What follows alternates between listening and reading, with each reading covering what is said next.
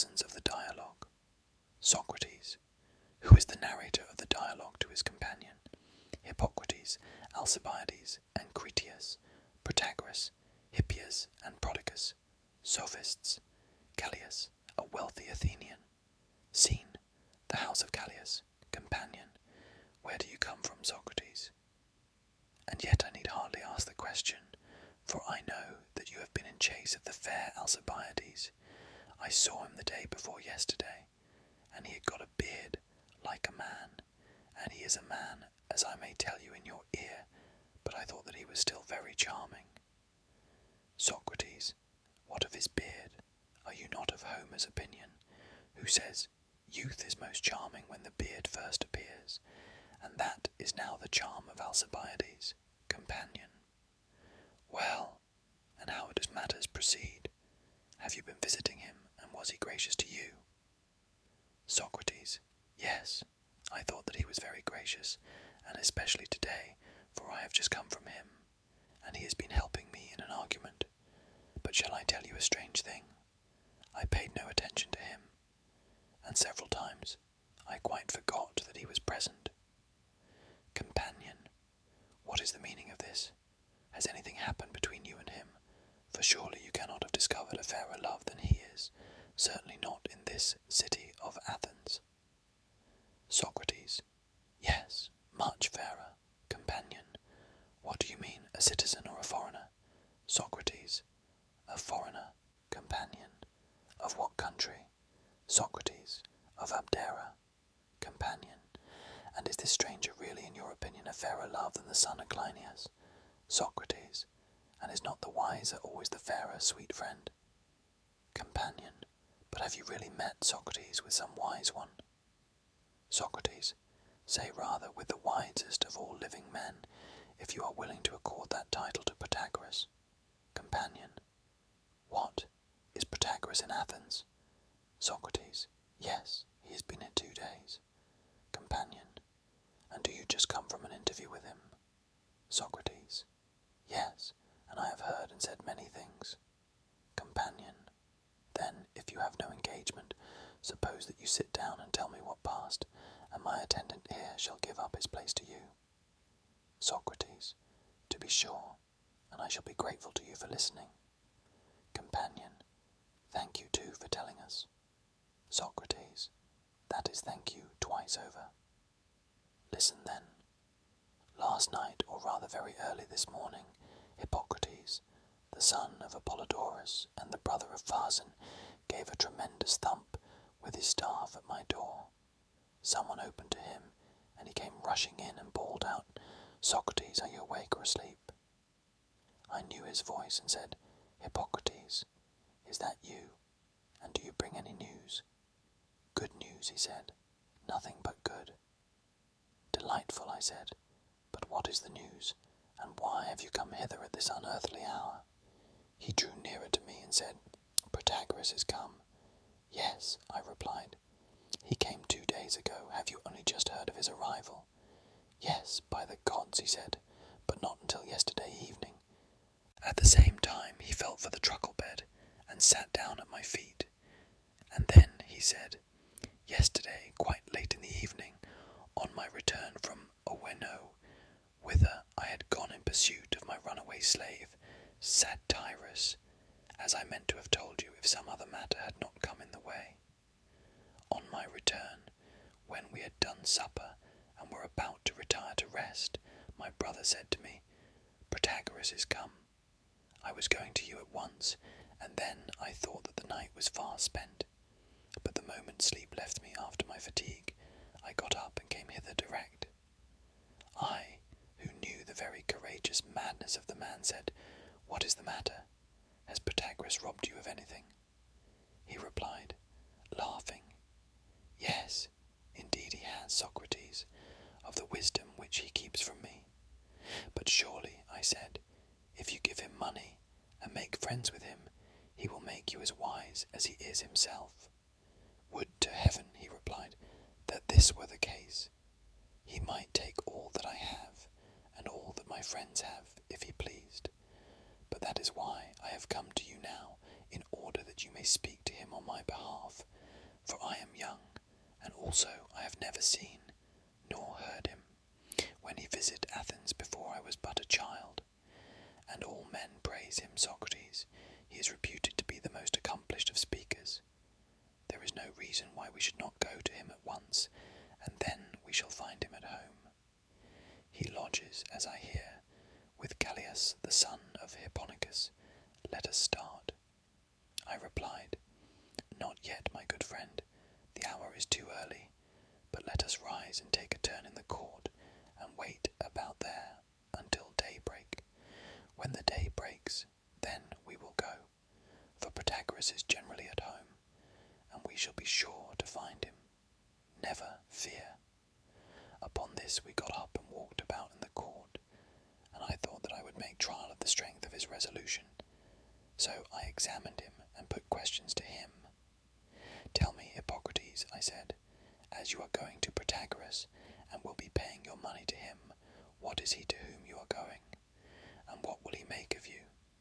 If, for example, you had thought of going to Hippocrates of Kos, the Asclepiad, and were about to give him your money, and someone had said to you, You are paying money to your namesake Hippocrates. O Hippocrates, tell me, what is he that you give him money? How would you have answered? I should say, he replied, that I gave money to him as a physician. And what will he make of you? A physician, he said. And if you were resolved to go to Polykleitus the Argive, or Phidias the Athenian, and were intending to give them money, and someone had asked you, What are Polykleitus and Phidias, and why do you give them this money? How would you have answered? I should have answered that they were statuaries. And what will they make of you? A statuary, of course. Well, now, I said, you and I are going to Protagoras, and we are ready to pay him money on your behalf. If our own means are sufficient, and we can gain him with these, we shall be only too glad. But if not, then we are to spend the money of your friends as well. Now suppose that while we are thus enthusiastically pursuing our object, someone were to say to us, Tell me, Socrates, and you, Hippocrates, what is Protagoras, and why are you going to pay him money? How should we answer? I know that Phidias is a sculptor, and that Homer is a poet, but what appellation is given to Protagoras? How is he designated? They call him a sophist, Socrates, he replied. Then we are going to pay our money to him in the character of a sophist. Certainly. But suppose a person were to ask this further question, and how about yourself? What will Protagoras make of you if you go to see him? He answered, with a blush upon his face, for the day was just beginning to dawn so that I could see him. Unless this differs in some way from the former instances, I suppose that he will make a sophist of me. By the gods, I said, and are you not ashamed at having to appear before the Hellens in the character of a sophist? Indeed, Socrates, to confess the truth, I am. But you should not assume, Hippocrates, that the instruction of Protagoras is of this nature. May you not learn of him in the same way that you learned the arts of the grammarian, or musician, or trainer, not with the view of making any of them a profession, but only as a part of education, and because a private gentleman and freeman ought to know them. Just so, he said, and that, in my opinion, is a far truer account of the teaching of Protagoras. I said, I wonder whether you know what you are doing. And what am I doing? You are going to commit your soul to the care of a man whom you call a sophist. And yet I hardly think that you know what a sophist is, and if not, then you do not even know to whom you are committing your soul, and whether the thing to which you commit yourself be good or evil. I certainly think that I do know, he replied. Then tell me, what do you imagine that he is? I take him to be one who knows wise things, he replied, as his name implies. And might you not, I said, affirm this of the painter and of the carpenter also? Do not they too know wise things? But suppose a person were to ask us, in what are the painters wise? We should answer, in what relates to the making of likenesses, and similarly of other things. And if he were further to ask, what is the wisdom of the sophist, and what is the manufacture over which he presides? How should we answer him? How should we answer him, Socrates? What other answer could there be but that he presides over the art which makes men eloquent? Yes, I replied, that is very likely true, but not enough. For in the answer a further question is involved. Of what does the sophist make a man talk eloquently? The player on the lyre may be supposed to make a man talk eloquently about that which he makes him understand. That is about playing the lyre. Is not that true? Yes. Then about what does the sophist make him eloquent? Must not he make him eloquent in that which he understands? Yes, that may be assumed. And what is that which the sophist knows and makes his disciple know? Indeed, he said, I cannot tell. Then I proceeded to say, well, but are you aware of the danger which you are incurring? If you were going to commit your body to someone who might do good or harm to it, would you not carefully consider and ask the opinion of your friends and kindred, and deliberate many days as to whether you should give him the care of your body? But when the soul is in question, which you hold to be of far more value than the body, and upon the good or evil of which depends the well-being of your all, about this you never consulted either with your father, or with your brother, or with any one of us who are your companions. But no sooner does this foreigner appear, than you instantly commit your soul to his keeping. In the evening, as you say, you hear of him, and in the morning you go to him, never deliberating or taking the opinion of anyone as to whether you ought to entrust yourself to him or not.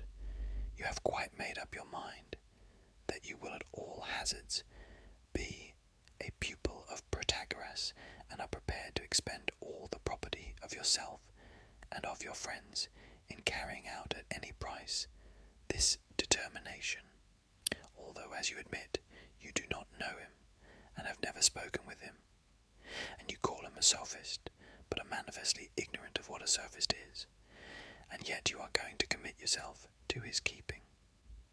When he heard me say this, he replied, No other inference, Socrates, can be drawn from your words.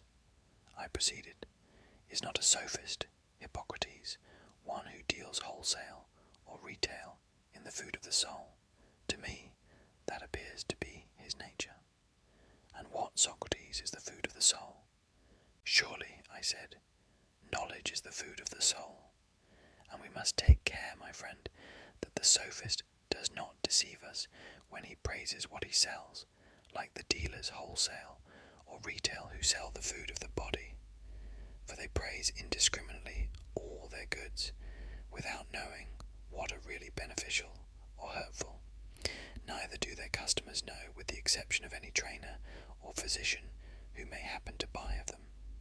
In like manner, those who carry about the wares of knowledge and make the round of the cities and sell or retail them to any customer who is in want of them, praise them all alike, though I should not wonder, O my friend, if many of them were really ignorant of their effect upon the soul, and their customers equally ignorant, unless he who buys of them happens to be a physician of the soul.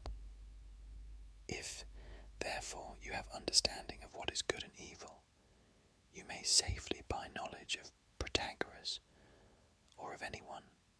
But if not, then, O my friend, pause, and do not hazard your dearest interests at a game of chance, for there is far greater peril in buying knowledge than in buying meat and drink, the one you purchase of the wholesale or retail dealer, and carry them away in other vessels, and before you receive them into the body as food, you may deposit them at home, and call in any experienced friend who knows what is good to be eaten or drunken, and what not, and how much, and when, and then the danger of purchasing them is not so great, but you cannot buy the wares of knowledge and carry them away in another vessel. When you have paid for them, you must receive them into the soul and go your way, either greatly harmed or greatly benefited, should deliberate and take counsel with our elders, for we are still young, too young to determine such a matter. And now let us go as we were intending, and hear Protagoras, and when we have heard what he has to say, we may take counsel of others. For not only is Protagoras at the house of Callias, but there is Hippias of Elis, and, if I am not mistaken, Protagoras of Ceos, and several other wise men. To this we agreed, and proceeded on our way until we reached the vestibule of the house, and there we stopped in order to conclude a discussion which had arisen between us as we were going along, and we stood talking in the vestibule until we had finished and come to an understanding, and I think that the doorkeeper, who was a eunuch, and who was probably annoyed at the great inroad of the sophists, must have heard us talking.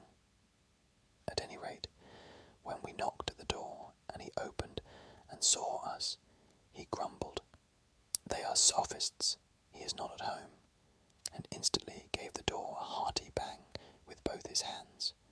Again we knocked, and he answered without opening, "Did you not hear me say that he is not at home, fellows? But, my friend," I said, "you need not be alarmed, for we are not sophists, and we are not come to see Callias, but we want to see Protagoras, and I must request you to announce us." At last, after a good deal of difficulty, the man was persuaded to open the door. When we entered, we found Protagoras taking a walk in the cloister, and next to him on one side were walking Callias, the son of Hipponicus, and Paralus, the son of Pericles, who, by the mother's side, is his half-brother, and Charmides, the son of Glaucon.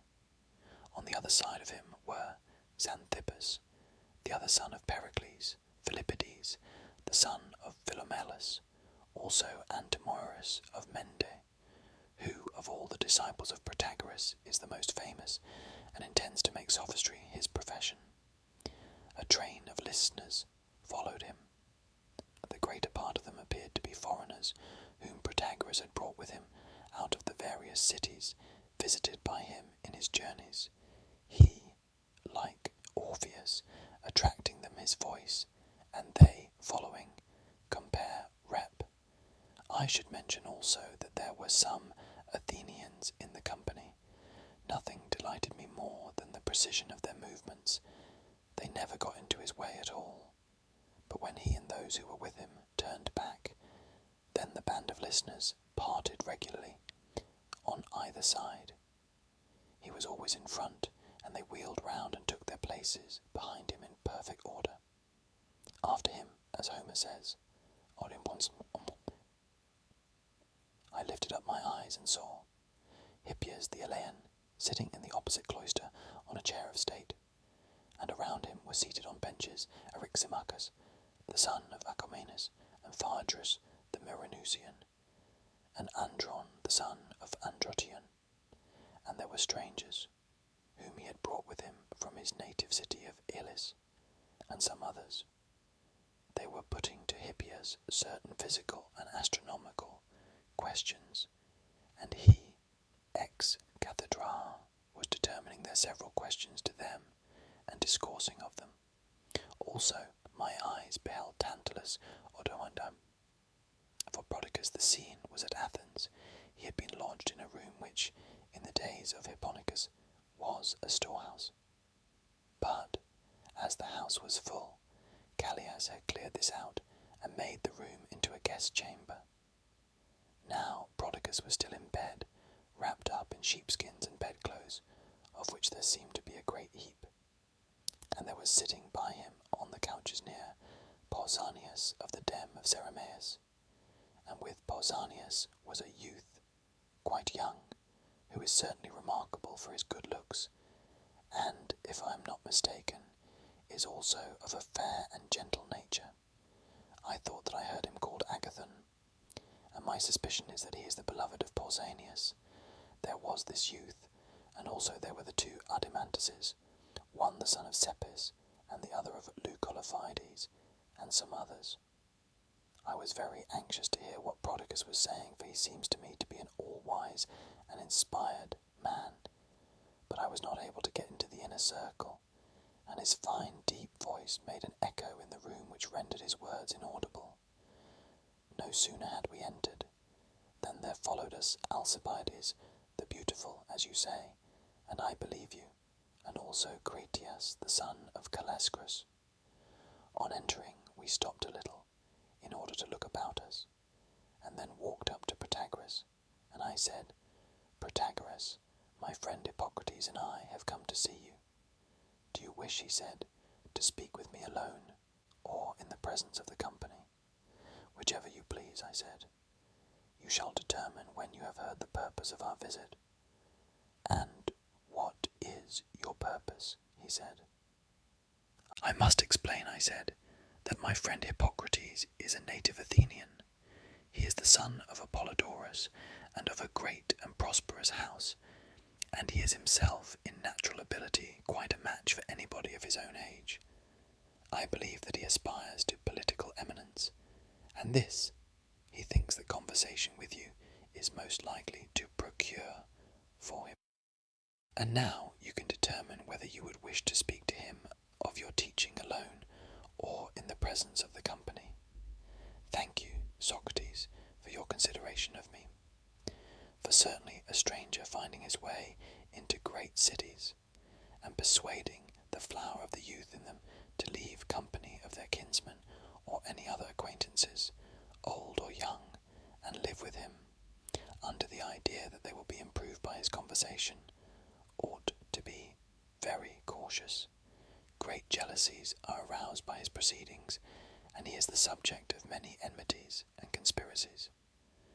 Now the art of the sophist is, as I believe, of great antiquity, but in ancient times those who practised it, fearing this odium, veiled and disguised themselves under various names, some under that of poets, as Homer, Hesiod, and Simonides, some of hierophants and prophets, as Orpheus and Musaeus, and some, as I observe, even under the name of gymnastic masters, like Icus of Tarentum, or the more recently celebrated Herodotus, now of Selymbria and formerly of Megara, who is a first-rate sophist. Your own Agathocles pretended to be a musician, but was really an eminent sophist, also Pythoclides the Scene, and there were many others, and all of them, as I was saying, adopted these arts as veils or disguises, because they were afraid of the odium which they would incur. But that is not my way, for I do not believe that they effected their purpose, which was to deceive the government, who were not blinded by them. And as to the people, they have no understanding, and only repeat what their rulers are pleased to tell them. Now to run away, and to be caught in running away, is the very height of folly, and also greatly increases the exasperation of mankind, for they regard him who runs away as a rogue, in addition to any other objections which they have to him, and therefore I take an entirely opposite course, and acknowledge myself to be a sophist and instructor of mankind. Such an open acknowledgment appears to me to be a better sort of caution than concealment.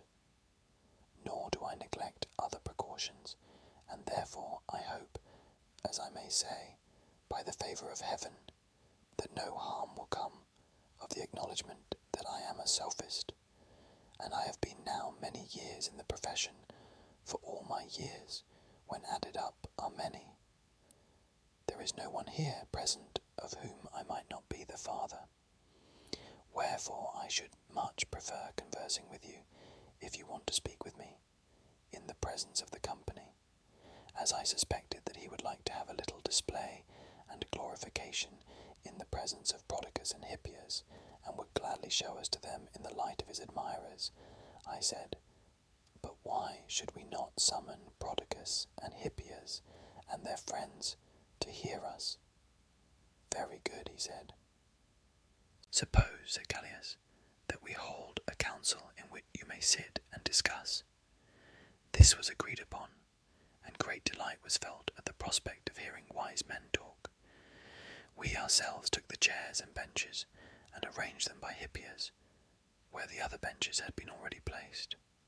Meanwhile Callias and Alcibiades got Protagoras out of bed, and brought in him and his companions. When we were all seated, Protagoras said, "Now that the company are assembled, Socrates, tell me about the young man of whom you were just now speaking." I replied, "I will begin again at the same point, Protagoras, and tell you once more the purport of my visit. This is my friend Hippocrates, who is desirous of making your acquaintance. He would like to know what will happen to him if he associates with you." "I have no more to say," Protagoras answered. "Young man, if you associate with me, on the very first day you will return home a better man than you came, and better on the second day than on the first, and better every day than you were on the day before." When I heard this, I said, "Protagoras, I do not at all wonder at hearing you say this. Even at your age and with all your wisdom, if anyone were to teach you what you did not know before, you would become better, no doubt, but please to answer in a different way." "I will explain how by an example. Let me suppose that Hippocrates, instead of desiring your acquaintance, wished to become acquainted with the young man Zeuxippus of Heraclea, who has lately been in Athens, and he had come to him as he has come to you, and had heard him say, as he has heard you say, that every day he would grow and become better if he associated with him. And then suppose that he were to ask him, 'In what shall I become better, and in what shall I grow?' Zeuxippus would answer, 'In painting.' And suppose that he went to Protagoras the Theban, and heard him say the same thing, and asked him, 'In what shall I become better day by day?' He would reply, 'In flute playing.' Now I want you to make the same sort of answer to this young man, and to me, who am asking questions on his account.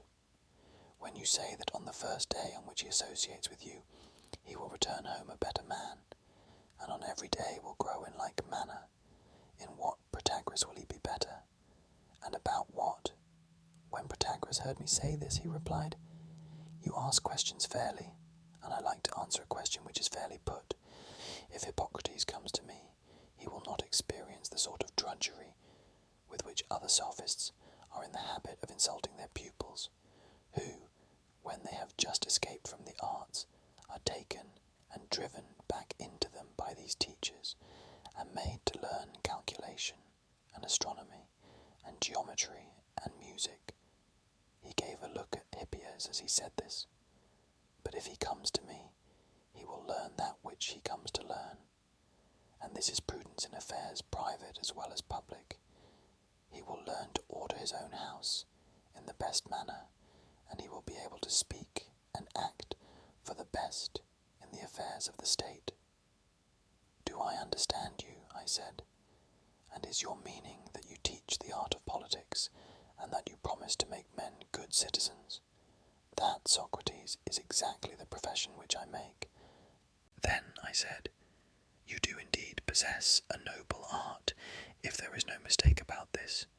For I will freely confess to you, Protagoras, that I have a doubt whether this art is capable of being taught, and yet I know not how to disbelieve your assertion. And I ought to tell you why I am of opinion that this art cannot be taught or communicated by man to man. I say that the Athenians are an understanding people, and indeed they are esteemed to be such by the other Hellenes. Now I observe that when we are met together in the assembly, and the matter in hand relates to building, the builders are summoned as advisers. When the question is one of shipbuilding, then the shipwrights, and the like of other arts which they think capable of being taught and learned. And if some person offers to give them advice, who is not supposed by them to have any skill in the art, even though he be good-looking, and rich, and noble, they will not listen to him, but laugh and hoot at him, until either he is clamoured down and retires of himself, or if he persist, he is dragged away, or put out by the constables, This is their way of behaving about professors of the arts. But when the question is an affair of state, then everybody is free to have a say. Carpenter, tinker, cobbler, sailor, passenger, rich and poor, high and low. Anyone who likes gets up, and no one reproaches him, as in the former case, with not having learned, and having no teacher, and yet giving advice, evidently because they are under the impression that this sort of knowledge cannot be taught. And not only is this true of the state, but of individuals. The best and wisest of our citizens are unable to impart their political wisdom to others.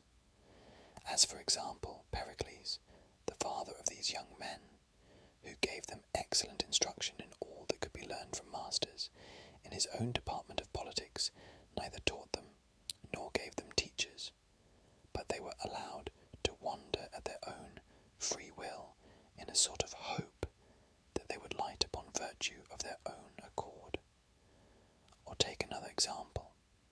There was Cleinias, the younger brother of our friend Alcibiades, of whom this very same Pericles was the guardian. And he, being in fact under the apprehension that Cleinias would be corrupted by Alcibiades, took him away, and placed him in the house of Arethron to be educated. But before 6 months had elapsed, Arethron sent him back, not knowing what to do with him. And I could mention numberless other instances of persons who were good themselves, and never yet made any one else good, whether friend or stranger. Now I, Protagoras, having these examples before me, am inclined to think that virtue cannot be taught.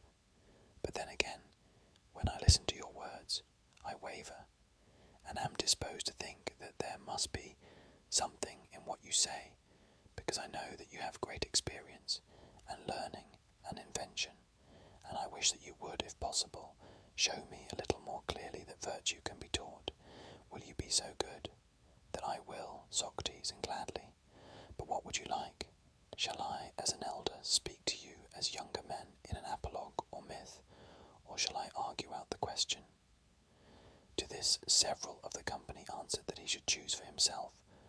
Well, then, he said, I think that the myth will be more interesting. Once upon a time there were gods only, and no mortal creatures. But when the time came that these also should be created, the gods fashioned them out of earth and fire and various mixtures of both elements in the interior of the earth. And when they were about to bring them into the light of day, they ordered Prometheus and Epimetheus to equip them, and to distribute to them severally their proper qualities. Epimetheus said to Prometheus, Let me distribute, and do you inspect. This was agreed, and Epimetheus made the distribution. There were some to whom he gave strength without swiftness, while he equipped the weaker with swiftness. Some he armed, and others he left unarmed, and devised for the latter some other means of preservation, making some large, and having their size as a protection, and others small, whose nature was to fly in the air, or burrow in the ground. This was to be their way of escape. Thus did he compensate them, with the view of preventing any race from becoming extinct. And when he had provided against their destruction by one another, he contrived also a means of protecting them against the seasons of heaven, clothing them with close hair and thick skins, sufficient to defend them against the winter cold, and able to resist the summer heat, so that they might have a natural bed of their own when they wanted to rest. Also he furnished them with hoofs, and hair, and hard and callous skins under their feet. Then he gave them varieties of food, herb of the soil to some, to others fruits of trees, and to others roots, and to some again he gave other animals as food, and some he made to have few young ones, while those who were their prey were very prolific, and in this manner the race was preserved. Thus did Epimetheus, who, not being very wise, forgot that he had distributed among the brute animals all the qualities which he had to give. and when he came to man, who was still unprovided, he was terribly perplexed. Now, while he was in this perplexity, Prometheus came to inspect the distribution, and he found that the other animals were suitably furnished, but that man alone was naked and shoeless, and had neither bed nor arms of defence. The appointed hour was approaching when man in his turn was to go forth into the light of day. And Prometheus, not knowing how he could devise his salvation, stole the mechanical arts of Hephaestus and Athene, and fire with them. They could neither have been acquired nor used without fire, and gave them to man. Thus man had the wisdom necessary to the support of life, but political wisdom he had not, for that was in the keeping of Zeus, and the power of Prometheus did not extend to entering into the citadel of heaven, where Zeus dwelt, who moreover had terrible sentinels. But he did enter by stealth into the common workshop of Athene and Hephaestus, in which they used to practice their favourite arts, and carried off Hephaestus's art of working by fire, and also the art of Athene, and gave them to man. And in this way man was supplied with the means of life. But Prometheus is said to have been afterwards prosecuted for theft, owing to the blunder of Epimetheus. Now man, having a share of the divine attributes, was at first the only one of the animals who had any gods, because he alone was of their kindred, and he would raise altars and images of them. He was not long in inventing articulate speech and names, and he also constructed houses and clothes and shoes and beds, and drew sustenance from the earth. Thus provided, mankind at first lived dispersed, and there were no cities, but the consequence was that they were destroyed by the wild beasts, for they were utterly weak in comparison of them, and their art was only sufficient to provide them with the means of life, and did not enable them to carry on war against the animals. Food they had, but not as yet the art of government, of which the art of war is a part. After a while the desire of self-preservation gathered them into cities, but when they were gathered together, having no art of government, they evil entreated one another, and were again in process of dispersion and destruction. Zeus feared that the entire race would be exterminated, and so he sent Hermes to them, bearing reverence and justice to be the ordering principles of cities and the bonds of friendship and conciliation. Hermes asked Zeus how he should impart justice and reverence among men. Should he distribute them as the arts are distributed, that is to say, to a favoured few only, one skilled individual having enough of medicine or of any other art for many unskilled ones? Shall this be the manner in which I am to distribute justice and reverence among men, or shall I give them to all? To all, said Zeus. I should like them all to have a share, for cities cannot exist if a few only share in the virtues, as in the arts. And further, make a law by my order, that he who has no part in reverence and justice shall be put to death, for he is a plague of the state. And this is the reason, Socrates, why the Athenians and mankind in general, when the question relates to carpentering or any other mechanical art, allow but a few to share in their deliberations, and when anyone else interferes, then, as you say, they object, if he be not of the favoured few, which, as I reply, is very natural. But when they meet to deliberate about political virtue, which proceeds only by way of justice and wisdom, they are patient enough of any man who speaks of them, as is also natural, because they think that every man ought to share in this sort of virtue, and that states could not exist if this were otherwise. I have explained to you, Socrates, the reason of this phenomenon, and that you may not suppose yourself to be deceived in thinking that all men regard every man as having a share of justice or honesty, and of every other political virtue. Let me give you a further proof, which is this. In other cases, as you are aware, if a man says that he is a good flute player, or skilful in any other art in which he has no skill, people either laugh at him, or are angry with him, and his relations think that he is mad, and go and admonish him. But when honesty is in question, or some other political virtue, even if they know that he is dishonest, yet if the man comes publicly forward and tells the truth about his dishonesty, then what in the other case was held by them to be good sense, they now deem to be madness. They say that all men ought to profess honesty, whether they are honest or not, and that a man is out of his mind who says anything else. Their notion is that a man must have some degree of honesty, and that if he has none at all, he ought not to be in the world. I have been showing that they are right in admitting every man as a counsellor about this sort of virtue, as they are of opinion that every man is a partaker of it, and I will now endeavour to show further that they do not conceive this virtue to be given by nature, or to grow spontaneously, but to be a thing which may be taught, and which comes to a man by taking pains. No one would instruct, no one would rebuke, or be angry with those whose calamities they suppose to be due to nature or chance. They do not try to punish or to prevent them from being what they are. They do but pity them. Who is so foolish as to chastise or instruct the ugly, or the diminutive, or the feeble?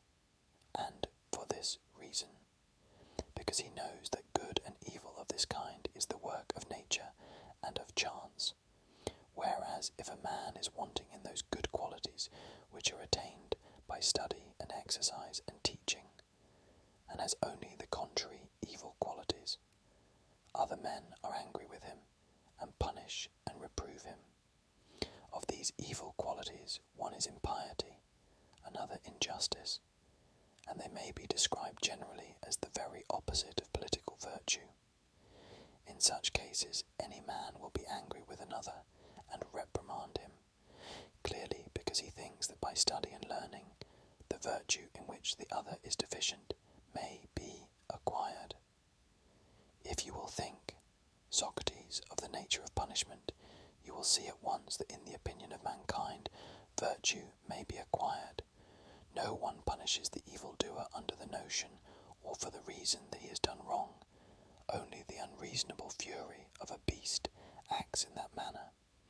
But he who desires to inflict rational punishment does not retaliate for a past wrong which cannot be undone.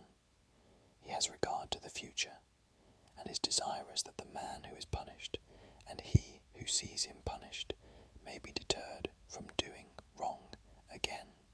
He punishes for the sake of prevention, thereby clearly implying that virtue is capable of being taught.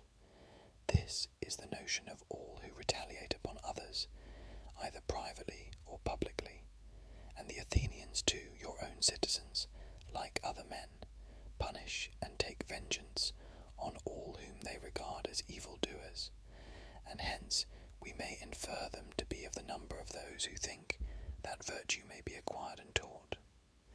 Thus far, Socrates, I have shown you clearly enough, if I am not mistaken, that your countrymen are right in admitting the tinker and the cobbler to advise about politics, and also that they deem virtue to be capable of being taught and acquired. There yet remains one difficulty, which has been raised by you about the sons of good men. What is the reason why good men teach their sons the knowledge which is gained from teachers, and make them wise in that, but do nothing towards improving them in the virtues which distinguish themselves? And here, Socrates, I will leave the apologue, and resume the argument. Please to consider, is there or is there not some one quality of which all the citizens must be partakers, if there is to be a city at all? In the answer to this question is contained the only solution of your difficulty. There is no other, for if there be any such quality, and this quality or unity is not the art of the carpenter, or the smith, or the potter, but justice and temperance and holiness and, in a word, manly virtue. If this is the quality of which all men must be partakers, and which is the very condition of their learning or doing anything else, and if he who is wanting in this, whether he be a child only or a grown-up man or woman, must be taught and punished, until by punishment he becomes better, and he who rebels against instruction and punishment is either exiled or condemned to death under the idea that he is incurable. If what I am saying be true, good men have their sons taught other things, and not this. Do consider how extraordinary their conduct would appear to be. For we have shown that they think virtue capable of being taught and cultivated both in private and public, and notwithstanding they have their sons taught lesser matters, ignorance of which does not involve the punishment of death, but greater things, of which the ignorance may cause death and exile to those who have no training or knowledge of them, aye, and confiscation as well as death, and, in a word, may be the ruin of families. Those things, I say, they are supposed not to teach them, not to take the utmost care that they should learn. How improbable is this, Socrates! Education and admonition commence in the first years of childhood, and last to the very end of life. Mother and nurse, and father and tutor are vying with one another about the improvement of the child as soon as ever he is able to understand what is being said to him. He cannot say or do anything without their setting forth to him that this is just, and that is unjust, this is honourable, that is dishonourable, this is holy, that is unholy, do this, and abstain from that, and if he obeys, well and good, if not, he is straitened by threats and blows, like a piece of bent or warped wood. At a later stage they send him to teachers, and enjoin them to see to his manners, even more than to his reading and music, and the teachers do as they are desired. And when the boy has learned his letters, and is beginning to understand what is written, as before he understood only what was spoken, they put into his hands the works of great poets, which he reads sitting on a bench at school. In these are contained many admonitions and many tales, and praises and encomium of ancient famous men, which he is required to learn by heart, in order that he may imitate or emulate them, and desire to become like them. Then, again, the teachers of the lyre take similar care that their young disciple is temperate, and gets into no mischief, and when they have taught him the use of the lyre, they introduce him to the poems of other excellent poets, who are the lyric poets, and these they set to music, and make their harmonies and rhythms quite familiar to the children's souls, in order that they may learn to be more gentle and harmonious and rhythmical, and so more fitted for speech and action. For the life of man in every part has need of harmony and rhythm. Then they send them to the master of gymnastic, in order that their bodies may better minister to the virtuous mind, and that they may not be compelled through bodily weakness to play the coward in war or on any other occasion. This is what is done by those who have the means, and those who have the means are the rich. Their children begin to go to school soonest and leave off latest. When they have done with masters, the state again compels them to learn the laws, and live after the pattern which they furnish, and not after their own fancies. And just as in learning to write, the writing master first draws lines with a style for the use of the young beginner, and gives him the tablet and makes him follow the lines, so the city draws the laws, which were the invention of good lawgivers living in the olden time. These are given to the young man, in order to guide him in his conduct, whether he is commanding or obeying, and he who transgresses them is to be corrected, or, in other words, called to account, which is a term used not only in your country, also in many others, seeing that justice calls men to account. Now, when there is all this care about virtue, private and public, why, Socrates, do you still wonder and doubt whether virtue can be taught? Cease to wonder, for the opposite would be far more surprising. But why then do the sons of good fathers often turn out ill? There is nothing very wonderful in this, for, as I have been saying, the existence of a state implies that virtue is not any man's private possession. If so, and nothing can be truer, then I will further ask you to imagine, as an illustration, some other pursuit or branch of knowledge which may be assumed equally to be the condition of the existence of a state. Suppose that there could be no state unless we were all flute players, as far as each had the capacity, and everybody was freely teaching everybody the art, both in private and public, and reproving the bad player as freely and openly as every man now teaches justice and the laws, not concealing them as he would conceal the other arts, but imparting them. For all of us have a mutual interest in the justice and virtue of one another, and this is the reason why everyone is so ready to teach justice and the laws. Suppose, I say, that there were the same readiness and liberality among us in teaching one another flute playing, do you imagine, Socrates, that the sons of good flute players would be more likely to be good than the sons of bad ones? I think not. Would not their sons grow up to be distinguished or undistinguished according to their own natural capacities as flute players? And the son of a good player would often turn out to be a bad one, and the son of a bad player to be a good one. All flute players would be good enough in comparison of those who were ignorant and unacquainted with the art of flute playing.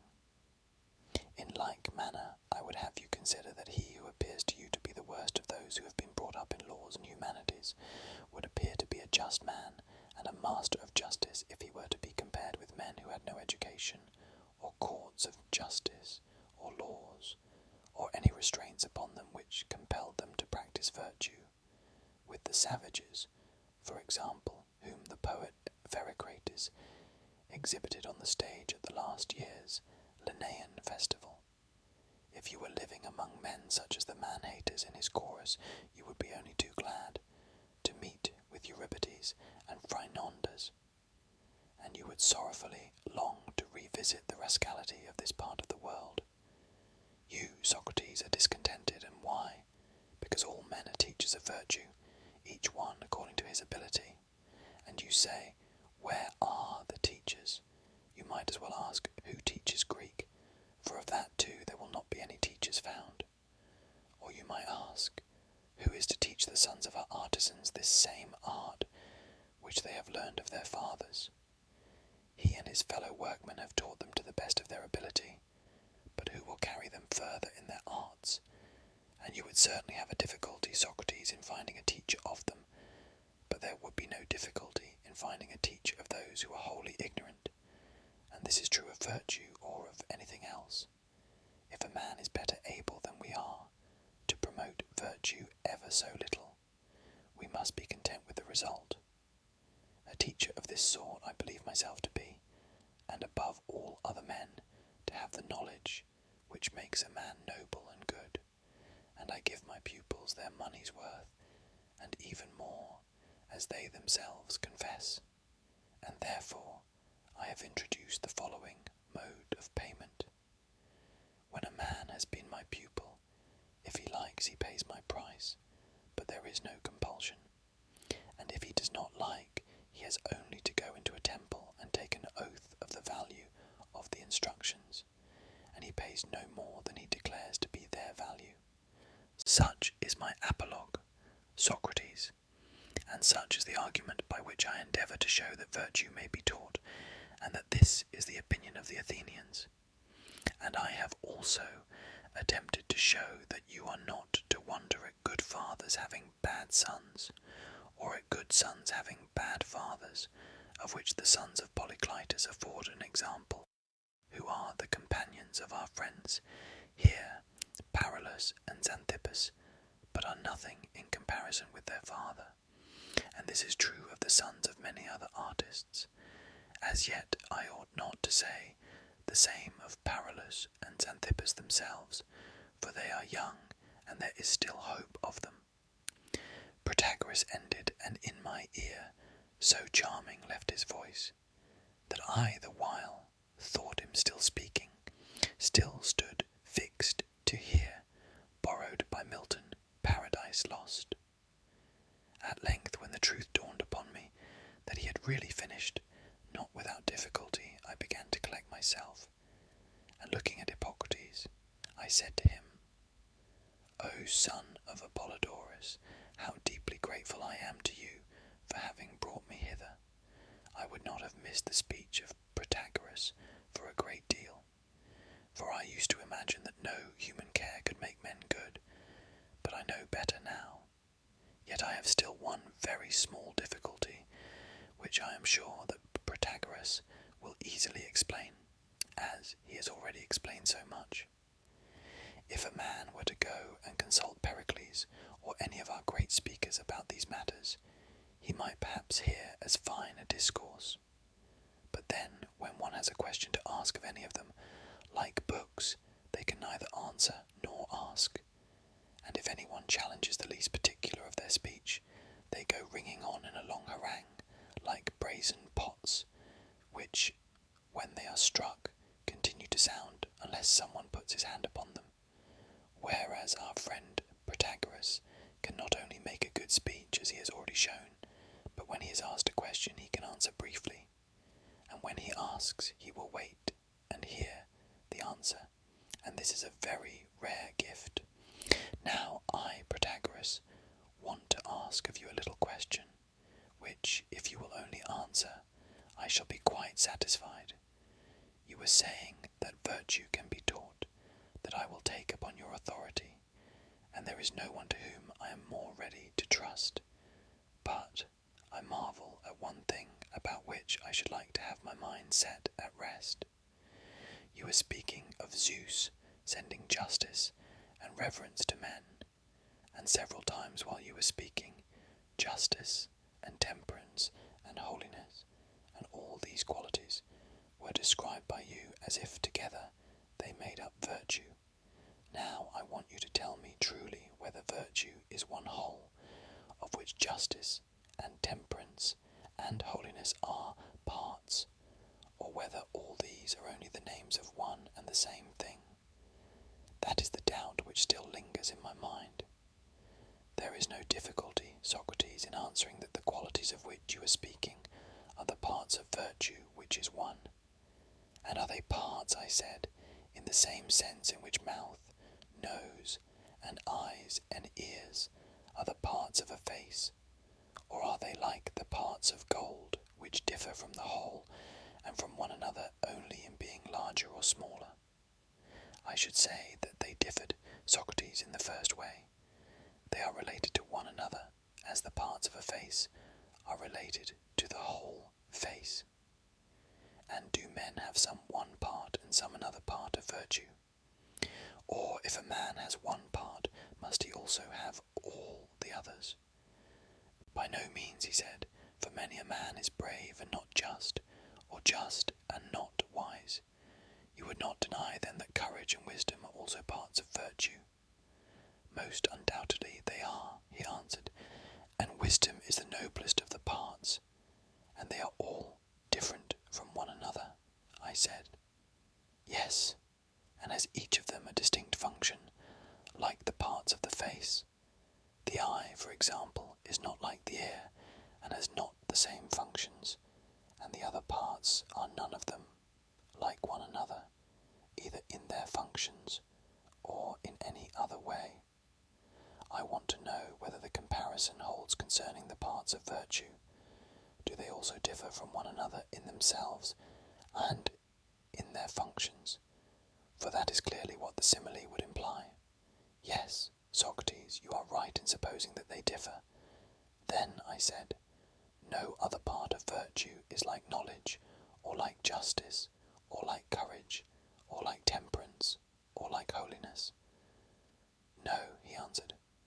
Well then, I said, suppose that you and I inquire into their natures, and first you would agree with me that justice is of the nature of a thing, would you not? That is my opinion. Would it not be yours also?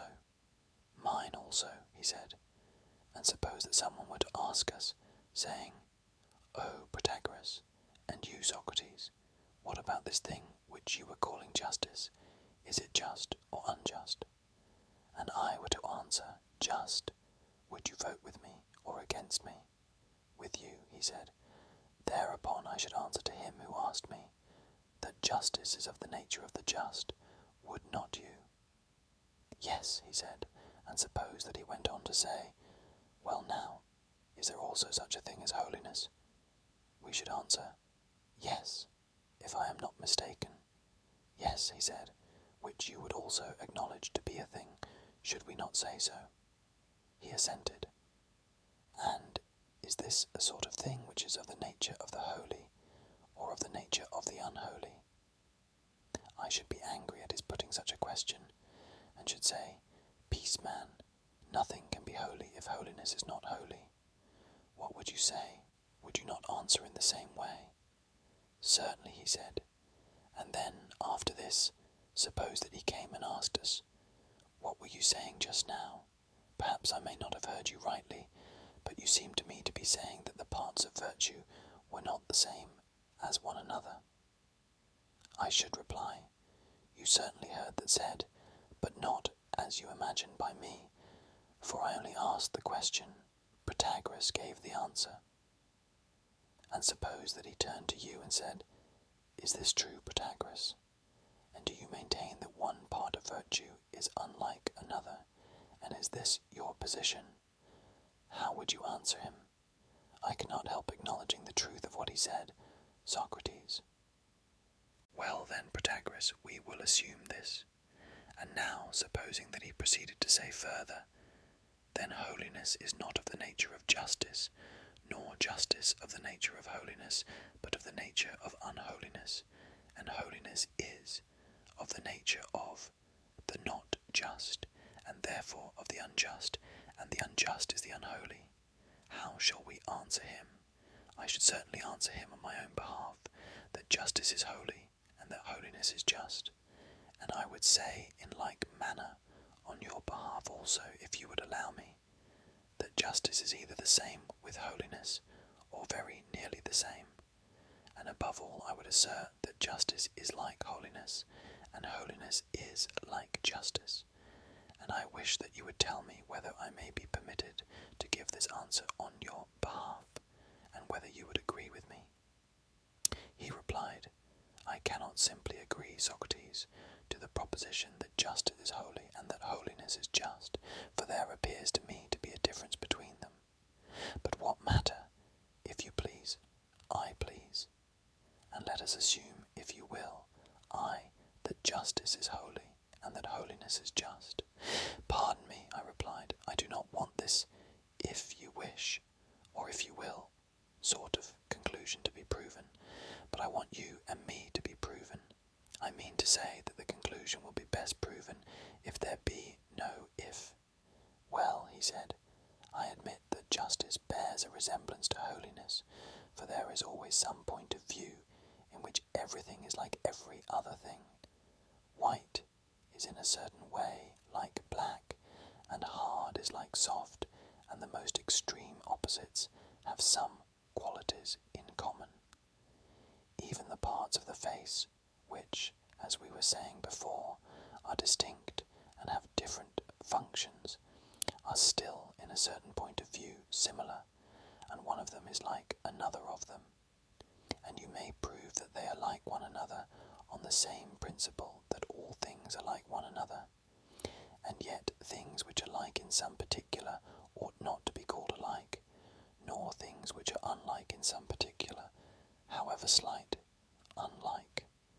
And do you think, I said, in a tone of surprise, that justice and holiness have but a small degree of likeness? Certainly not, any more than I agree with what I understand to be your view.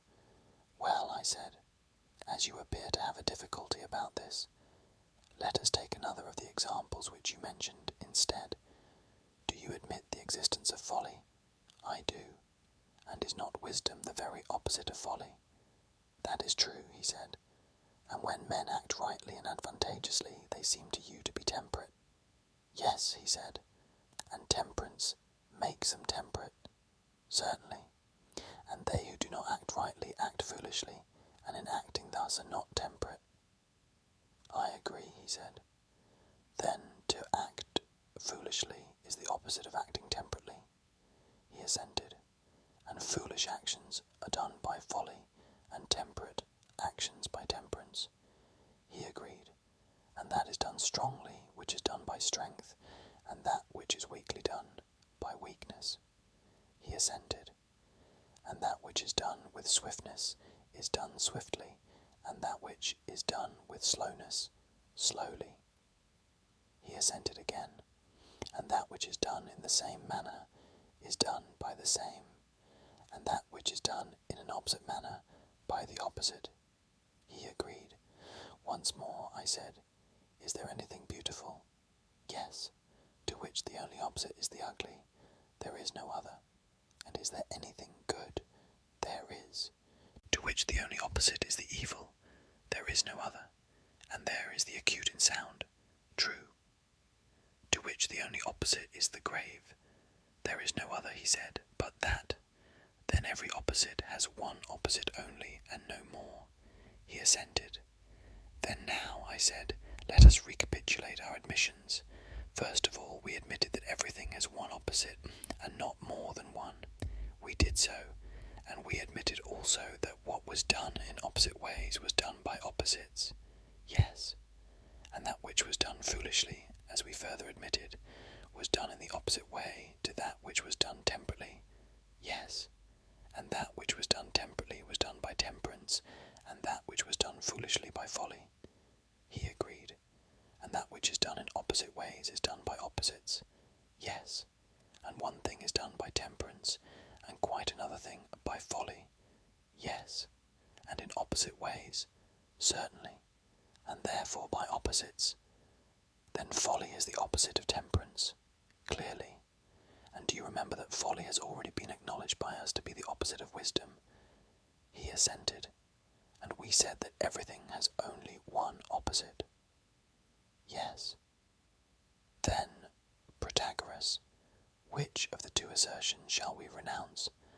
One says that everything has but one opposite, the other that wisdom is distinct from temperance, and that both of them are parts of virtue, and that they are not only distinct, but dissimilar, both in themselves and in their functions, like the parts of a face. Which of these two assertions shall we renounce? For both of them together are certainly not in harmony. They do not accord or agree. For how can they be said to agree if everything is assumed to have only one opposite and not more than one? And yet folly, which is one, has clearly the two opposites, wisdom and temperance. Is not that true, Protagoras? What else would you say? He assented, but with great reluctance. Then temperance and wisdom are the same, as before justice and holiness appeared to us to be nearly the same. And now, Protagoras, I said, we must finish the inquiry, and not faint.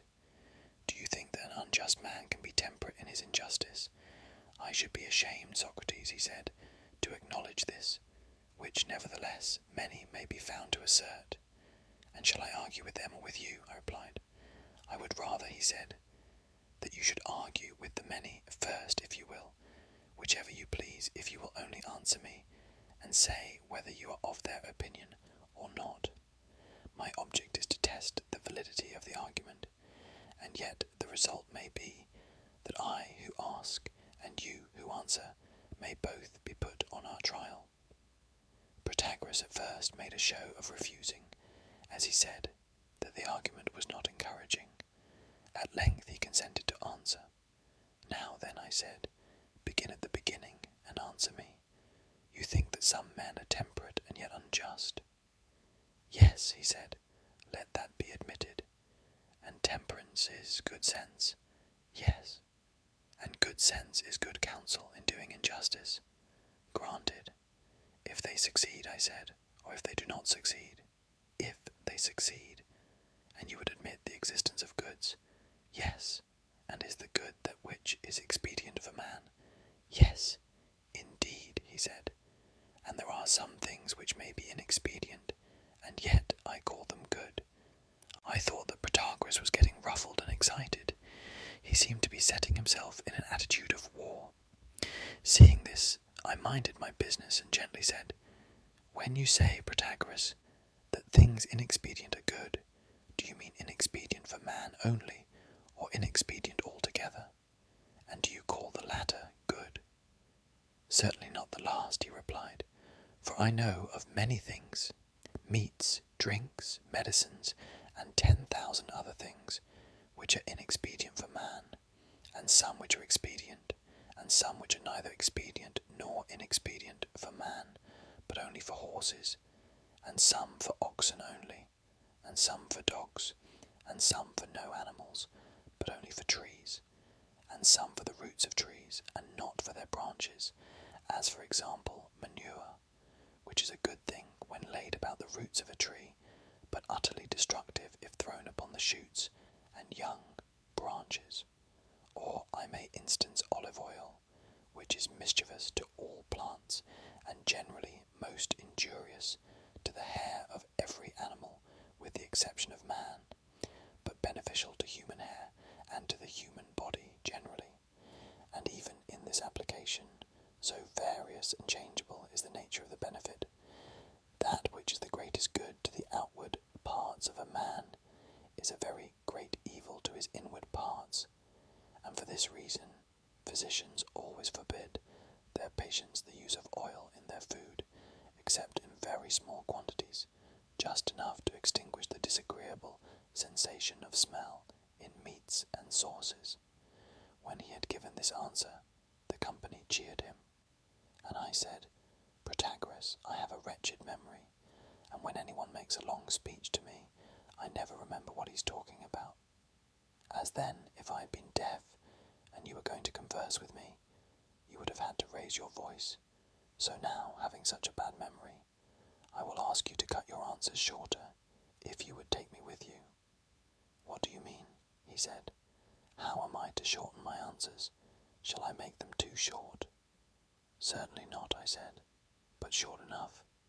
"Yes," I said. "Shall I answer what appears to me to be short enough, or what appears to you to be short enough?" "I have heard," I said, "that you can speak and teach others to speak about the same things at such length that words never seemed to fail, or with such brevity that no one could use fewer of them. Please, therefore, if you talk with me, to adopt the latter or more compendious method." "Socrates," he replied, "many a battle of words have I fought, and if I had followed the method of disputation which my adversaries desired, as you want me to do, I should have been no better than another, and the name of Protagoras would have been nowhere." I saw that he was not satisfied with his previous answers, and that he would not play the part of answerer any more if he could help, and I considered that there was no call upon me to continue the conversation. So I said, "Protagoras, I do not wish to force the conversation upon you if you had rather not, but when you are willing to argue with me in such a way that I can follow you, then I will argue with you. Now you, as is said of you by others, and as you say of yourself, are able to have discussions in shorter forms of speech as well as in longer, for you are a master of wisdom. But I cannot manage these long speeches. I only wish that I could. You, on the other hand, who are capable of either, ought to speak shorter as I beg you, and then we might converse. But I see that you are disinclined, and as I have an engagement which will prevent my staying to hear you at greater length, for I have to be in another place, I will depart, although I should have liked to have heard you." Thus I spoke, and was rising from my seat, when Callias seized me by the right hand, and in his left hand caught hold of this old cloak of mine. He said, "We cannot let you go, Socrates, for if you leave us, there will be an end of our discussions. I must therefore beg you to remain, as there is nothing in the world that I should like better than to hear you and Protagoras discourse. Do not deny the company this pleasure." Now I had got up, and was in the act of departure. "Son of Hipponicus," I replied, "I have always admired, and do now heartily applaud and love, your philosophical spirit, and I would gladly comply with your request, if I could. But the truth is that I cannot, and what you ask is as great an impossibility to me, as if you bade me run a race with Chryson of Himera, when in his prime, or with some one of the long or day course runners. To such a request I should reply, that I would fain ask the same of my own legs, but they refuse to comply, and therefore if you want to see Chryson and me in the same stadium, you must bid him slacken his speed to mine, for I cannot run quickly, and he can run slowly. And in like manner, if you want to hear me and Protagoras discoursing, you must ask him to shorten his answers and keep to the point, as he did at first. If not, how can there be any discussion? For discussion is one thing, and making an oration is quite another, in my humble opinion. But, you see, Socrates, said Callias, that Protagoras may fairly claim to speak in his own way, just as you claim to speak in yours. Here Alcibiades interposed, and said, "That, Callias, is not a true statement of the case, for our friend Socrates admits that he cannot make a speech. In this he yields the palm to Protagoras, but I should be greatly surprised if he yielded to any living man in the power of holding and apprehending an argument. Now, if Protagoras will make a similar admission, and confess that he is inferior to Socrates in argumentative skill, that is enough for Socrates. But if he claims a superiority in argument as well, let him ask and answer, not, when a question is asked, slipping away from the point, and instead of answering, making a speech at such length that most of his hearers forget the question at issue, not that Socrates is likely to forget. I will be bound for that, although he may pretend in fun that he has a bad memory, and Socrates appears to me to be more in the right than Protagoras. That is my view, and every man ought to say what he thinks." When Alcibiades had done speaking, someone, Critias, I believe, went on to say, "O Protagoras and Hippias, Callias appears to me to be a partisan of Protagoras," and this led Alcibiades, who loves opposition, to take the other side. But we should not be partisans either of Socrates or of Protagoras. Let us rather unite in entreating both of them not to break up the discussion.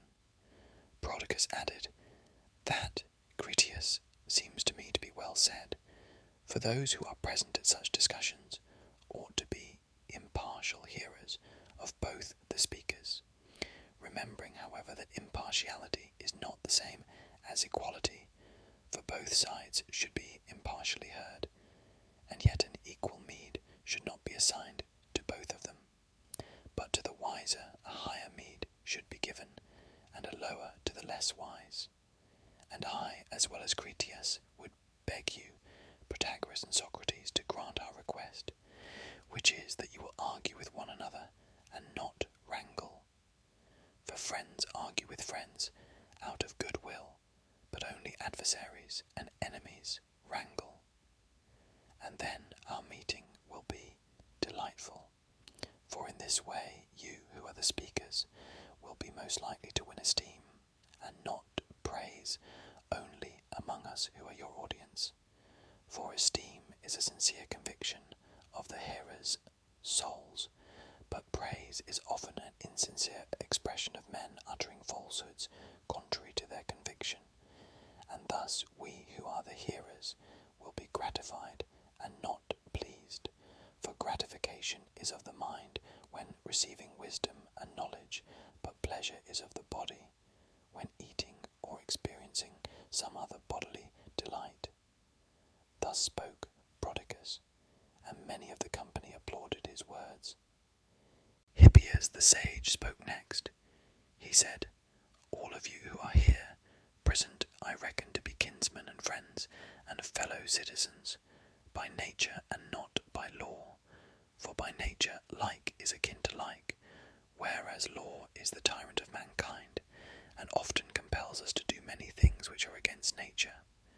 How great would be the disgrace then, if we, who know the nature of things, and are the wisest of the Hellens, and as such are met together in this city, which is the metropolis of wisdom, and in the greatest and most glorious house of this city, should have nothing to show worthy of this height of dignity, but should only quarrel with one another like the meanest of mankind.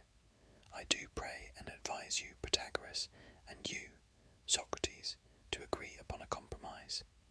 Let us be your peacemakers, and do not you, Socrates, aim at this precise and extreme brevity in discourse, if Protagoras objects, but loosen and let go the reins of speech, that your words may be grander and more becoming to you. Neither do you, Protagoras, go forth on the gale with every sail set out of sight of land into an ocean of words, but let there be a mean observed by both of you. Do as I say, and let me also persuade you to choose an arbiter or overseer or president. He will keep watch over your words and will prescribe their proper length." This proposal was received by the company with universal approval. Callias said that he would not let me off, and they begged me to choose an arbiter, but I said that to choose an umpire of discourse would be unseemly, for if the person chosen was inferior, then the inferior or worse ought not to preside over the better, or if he was equal, neither would that be well, for he who is our equal will do as we do, and what will be the use of choosing him? And if you say, "Let us have a better then," to that I answer that you cannot have anyone who is wiser than Protagoras. And if you choose another who is not really better, and whom you only say is better, to put another over him as though he were an inferior person would be an unworthy reflection on him. Not that, as far as I am concerned, any reflection is of much consequence to me. Let me tell you then what I will do in order that the conversation and discussion may go on as you desire. If Protagoras is not disposed to answer, let him ask, and I will answer, and I will endeavour to show at the same time how, as I maintain, he ought to answer. And when I have answered as many questions as he likes to ask, let him in like manner answer me. And if he seems to be not very ready at answering the precise question asked of him, you and I will unite in entreating him, as you entreated me, not to spoil the discussion. And this will require no special arbiter. All of you shall be arbiters. This was generally approved, and Protagoras, though very much against his will, was obliged to agree that he would ask questions, and when he had put a sufficient number of them, that he would answer in his turn those which he was asked in short replies. He began to put his questions as follows. "I am of opinion, Socrates," he said, "that skill in poetry is the principal part of education, and this I conceive to be the power of knowing what compositions of the poets are correct, and what are not, and how they are to be distinguished, and of explaining when asked the reason of the difference. And I propose to transfer the question which you and I have been discussing to the domain of poetry. We will speak, as before, of virtue, but in reference to a passage of a poet. Now Simonides says to Scopas, the son of Creon the Thessalian, "Hardly on the one hand can a man become truly good, built foursquare in hands and feet, and mind a work without a flaw." Do you know the poem, or shall I repeat the whole? "There is no need," I said, "for I am perfectly well acquainted with the ode. I have made a careful study of it." "Very well," he said, "and do you think that the ode is a good composition, and true. Yes, I said, both good and true. But if there is a contradiction, can the composition be good or true? No, not in that case, I replied. And is there not a contradiction, he asked. Reflect. Well, my friend, I've reflected. And does not the poet proceed to say, I do not agree with the word of Pittacus, albeit the utterance of a wise man. Hardly can a man be good. Now you will observe that this is said by the same poet. I know it. And do you think, he said, that the two sayings are consistent? Yes, I said, I think so. At the same time, I could not help fearing that there might be something in what he said. And you think otherwise? Why, he said, how can he be consistent in both? First of all, premising as his own thought, hardly can a man become truly good. And then, a little further on in the poem, forgetting and blaming Pittacus and refusing to agree with him, when he says, hardly can a man be good, which is the very same thing, and yet when he blames him who says the same with himself, he blames himself, so that he must be wrong, either in his first or his second assertion. Many of the audience cheered and applauded this, and I felt at first giddy and faint, as if I had received a blow from the hand of an expert boxer, when I heard his words, and the sound of the cheering, and to confess the truth, I wanted to get time to think what the meaning of the poet really was. So I turned to Protagoras and called him. Protagoras, I said, Simonides is a countryman of yours, and you ought to come to his aid. I must appeal to you like the river's commander in Homer, who, when beleaguered by Achilles, summons the Simois to aid him, saying, Brother dear, let us both together stay the force of the hero, ill. And I summon you, for I am afraid that Protagoras will make an end of Simonides. Now is the time to rehabilitate Simonides by the application of your philosophy of synonyms, which enables you to distinguish will and wish, and make other charming distinctions like those which you drew just now.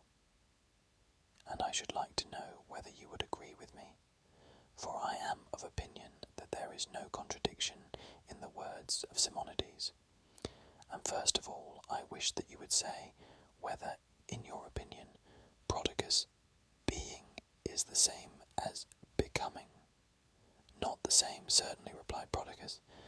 Did not Simonides first set forth as his own view that hardly can a man become truly good? Quite right, said Protagoras. And then he blames Pittacus, not, as Protagoras imagines, for repeating that which he says himself, but for saying something different from himself. Pittacus does not say, as Simonides says, that hardly can a man become good, but hardly can a man be good. And our friend Protagoras would maintain that being, Protagoras, is not the same as becoming. And if they are not the same, then Simonides is not inconsistent with himself. I dare say that Protagoras and many others would say, as Hesiod says, on the one hand, hardly can a man become good, for the gods have made virtue the reward of toil, but on the other hand, when you have climbed the height, then to retain virtue, however difficult, the acquisition is easy. Works and days. Protagoras heard and approved, but Protagoras said, Your correction, Socrates, involves a greater error than is contained in the sentence which you are correcting.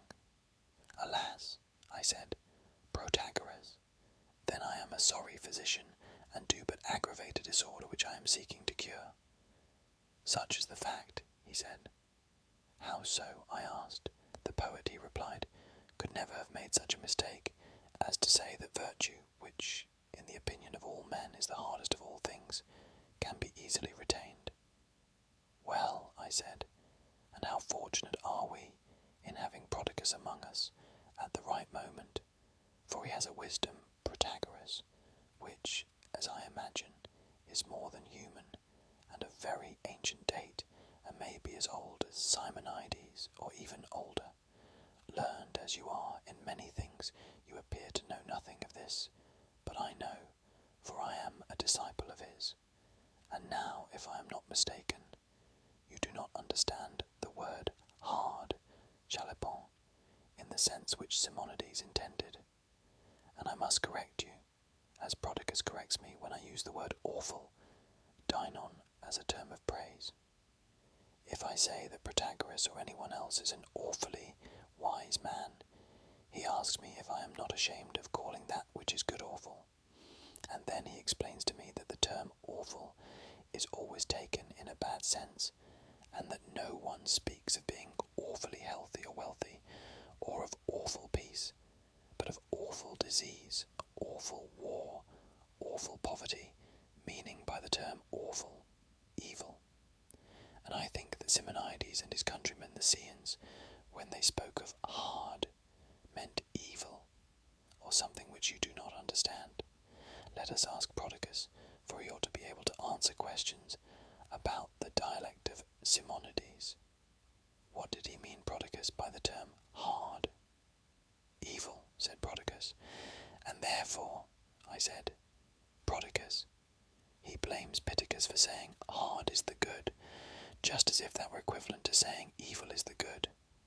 Yes, he said, that was certainly his meaning, and he is twitting Pittacus with ignorance of the use of terms, which in a lesbian, who has been accustomed to speak a barbarous language, is natural. Do you hear, Protagoras, I asked, what our friend Protagoras is saying? And have you an answer for him? You are entirely mistaken, Protagoras, said Protagoras, and I know very well that Simonides, in using the word hard, meant what all of us mean, not evil, but that which is not easy, that which takes a great deal of trouble. Of this I am positive.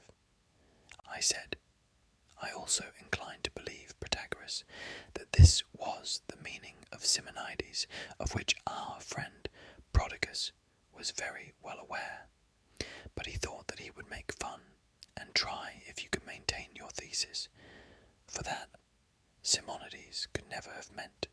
The other is clearly proved by the context in which he says that God only has this gift.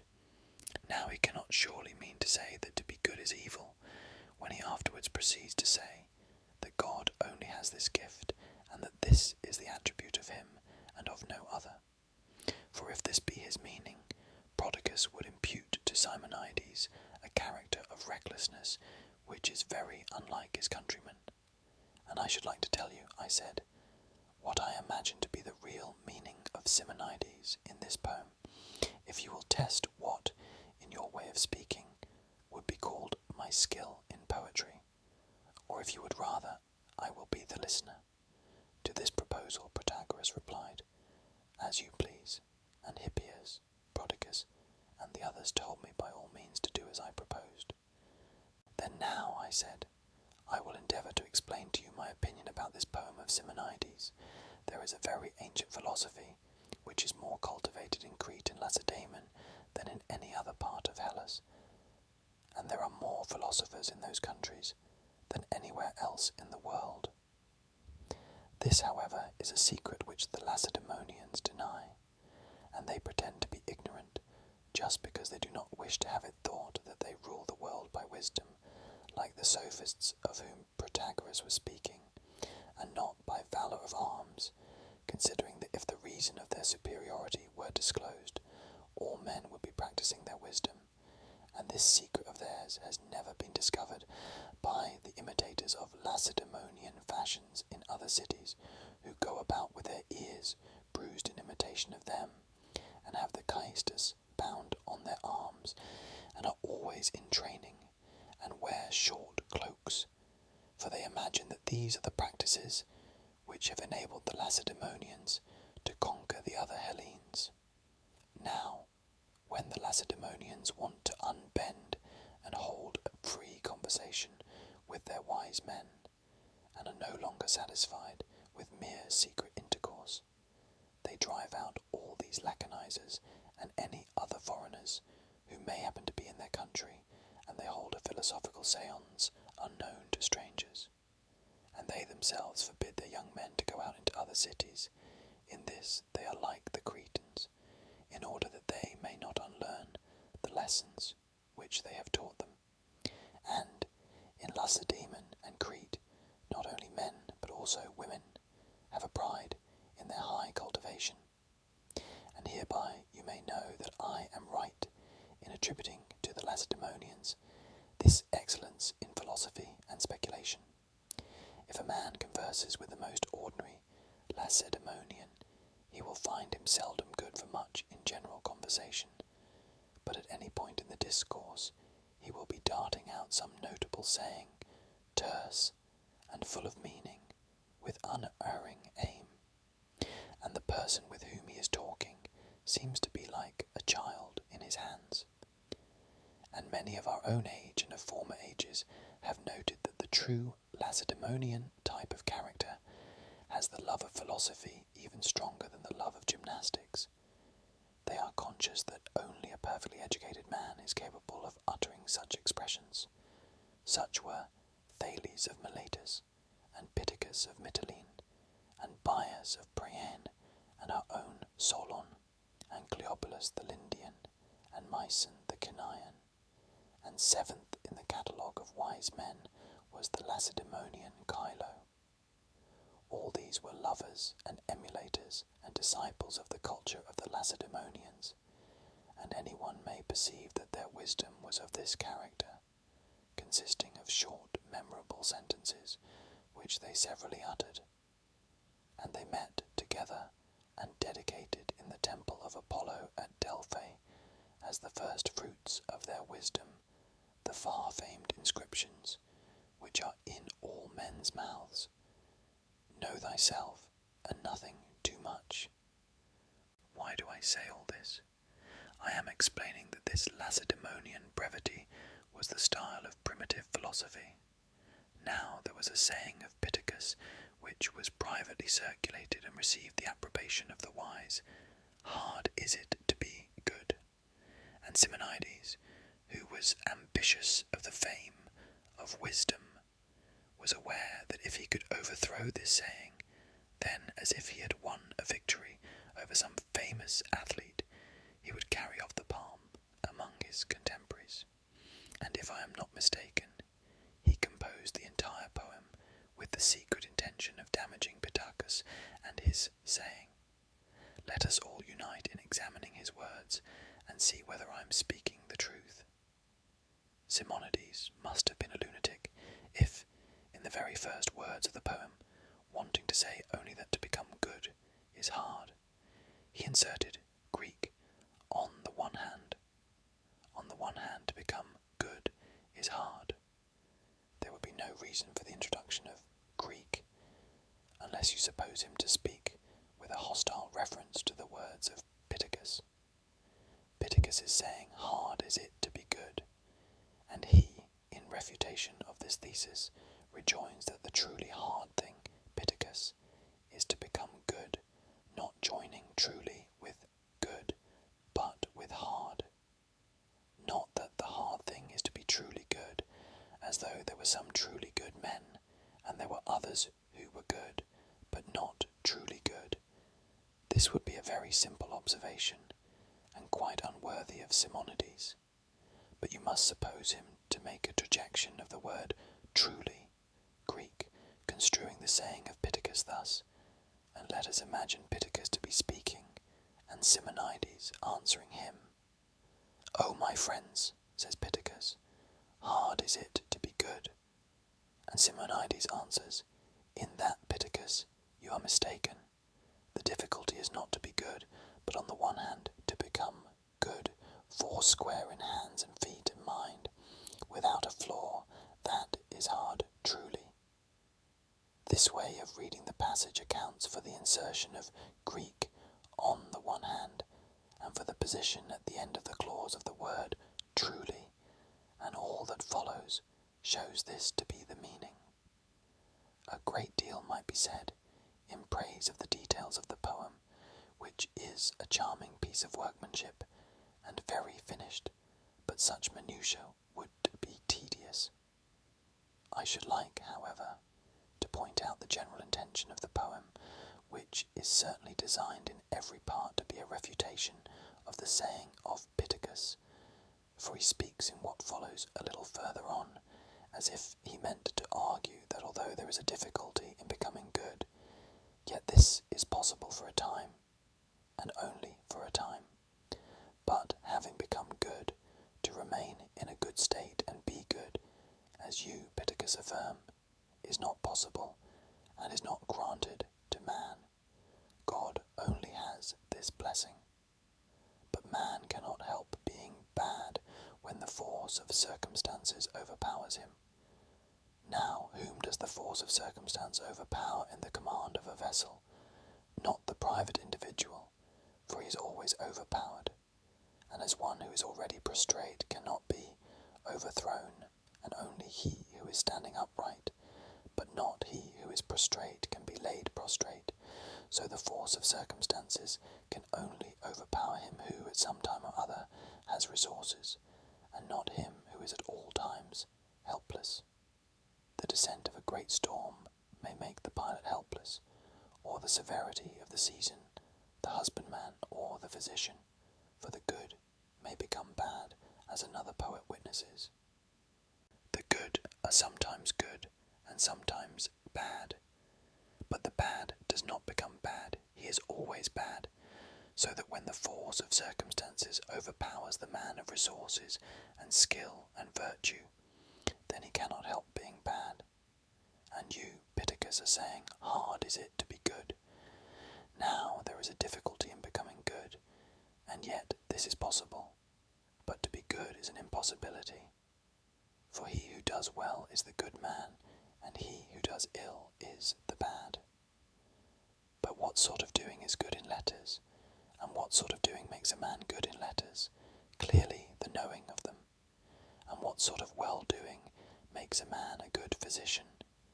Clearly the knowledge of the art of healing the sick.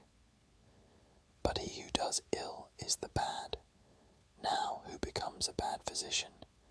Clearly he who is in the first place a physician, and in the second place a good physician. For he may become a bad one also, but none of us unskilled individuals can by any amount of doing ill become physicians, any more than we can become carpenters or anything of that sort. And he who by doing ill cannot become a physician at all, clearly cannot become a bad physician. In like manner, the good may become deteriorated by time, or toil, or disease, or other accident. The only real doing ill is to be deprived of knowledge. But the bad man will never become bad, for he is always bad, and if he were to become bad, he must previously have been good. Thus, the words of the poem tend to show that on the one hand, a man cannot be continuously good, but that he may become good, and may also become bad, and again, that they are the best for the longest time whom the gods love. All this relates to Pittacus, as is further proved by the sequel, for he adds, "Therefore I will not throw away my span of life to no purpose in searching after the impossible, hoping in vain to find a perfectly faultless man among those who partake of the fruit of the broad-bosomed earth. If I find him, I will send you word." This is the vehement way in which he pursues his attack upon Pittacus throughout the whole poem. But him who does no evil, voluntarily I praise and love. Not even the gods war against necessity. All this has a similar drift, for Simonides was not so ignorant as to say that he praised those who did no evil voluntarily, as though there were some who did evil voluntarily. For no wise man, as I believe, will allow that any human being errs voluntarily, or voluntarily does evil and dishonourable actions, but they are very well aware that all who do evil and dishonourable things do them against their will, and Simonides never says that he praises him who does no evil voluntarily.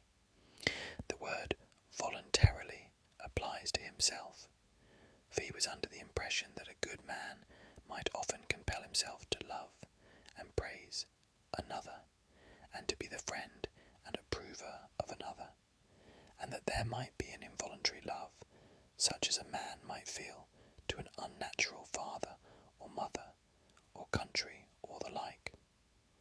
Now bad men, when their parents or country have any defects, look on them with malignant joy, and find fault with them, and expose and denounce them to others, under the idea that the rest of mankind will be less likely to take themselves to task and accuse them of neglect, and they blame their defects far more than they deserve, in order that the odium which is necessarily incurred by them may be increased, but the good man dissembles his feelings, and constrains himself to praise them, and if they have wronged him, and he is angry, he pacifies his anger, and is reconciled, and compels himself to love and praise his own flesh and blood. And Simonides, as is probable, considered that he himself had often had to praise and magnify a tyrant or the like, much against his will, and he also wishes to imply to Pittacus that he does not censure him because he is censorious. For I am satisfied, he says, when a man is neither bad nor very stupid, and when he knows justice, which is the health of states, and is of sound mind, I will find no fault with him, for I am not given to finding fault, and there are innumerable fools, implying that if he delighted in censure he might have abundant opportunity of finding fault. All things are good, with which evil is unmingled. In these latter words, he does not mean to say that all things are good, which have no evil in them, as you might say all things are white which have no black in them, for that would be ridiculous. But he means to say that he accepts and finds no fault with the moderate or intermediate state. I do not hope, he says, to find a perfectly blameless man among those who partake of the fruits of the broad-bosomed earth. If I find him, I will send you word. In this sense I praise no man, but he who is moderately good and does no evil is good enough for me, who love and approve everyone. And here observe that he uses a lesbian word, epinemy, approve, because he is addressing Pittacus, who love and approve everyone voluntarily, who does no evil, and that the stop should be put after voluntarily. But there are some whom I involuntarily praise and love. And you, Pittacus, I would never have blamed if you had spoken what was moderately good and true, but I do blame you because, putting on the appearance of truth, you are speaking falsely about the highest matters. And this, I said, Protagoras and Protagoras, I take to be the meaning of Simonides in this poem.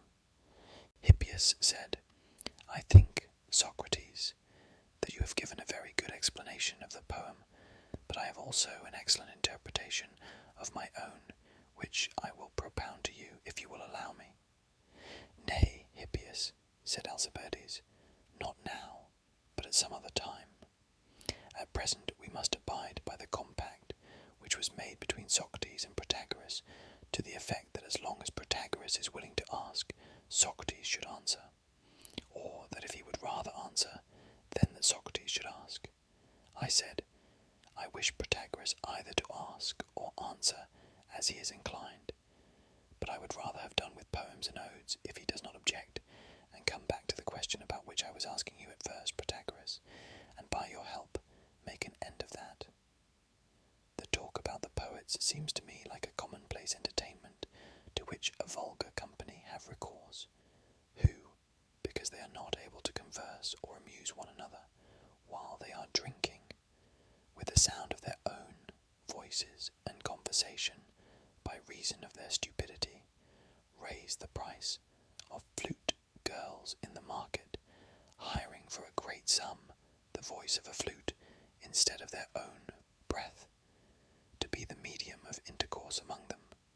But where the company are real gentlemen and men of education, you will see no flute girls, nor dancing girls, nor harp girls, and they have no nonsense or games, but are contented with one another's conversation, of which their own voices are the medium, and which they carry on by turns and in an orderly manner, even though they are very liberal in their potations.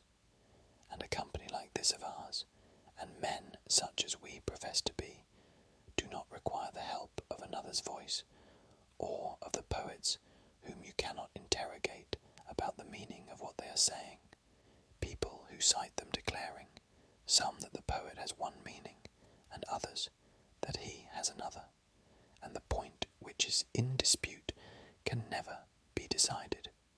This sort of entertainment they decline, and prefer to talk with one another, and put one another to the proof in conversation. And these are the models which I desire that you and I should imitate, leaving the poets and keeping to ourselves. Let us try the mettle of one another, and make proof of the truth in conversation. If you have a mind to ask, I am ready to answer. Or, if you would rather, do you answer, and give me the opportunity of resuming and completing our unfinished argument. I made these and some similar observations, but Protagoras would not distinctly say which he would do. Thereupon Alcibiades turned to Callias, and said, Do you think, Callias, that Protagoras is fair in refusing to say whether he will or will not answer? For I certainly think that he is unfair. He ought either to proceed with the argument, or distinctly refuse to proceed, that we may know his intention. And then Socrates will be able to discourse with someone else, and the rest of the company will be free to talk with one another.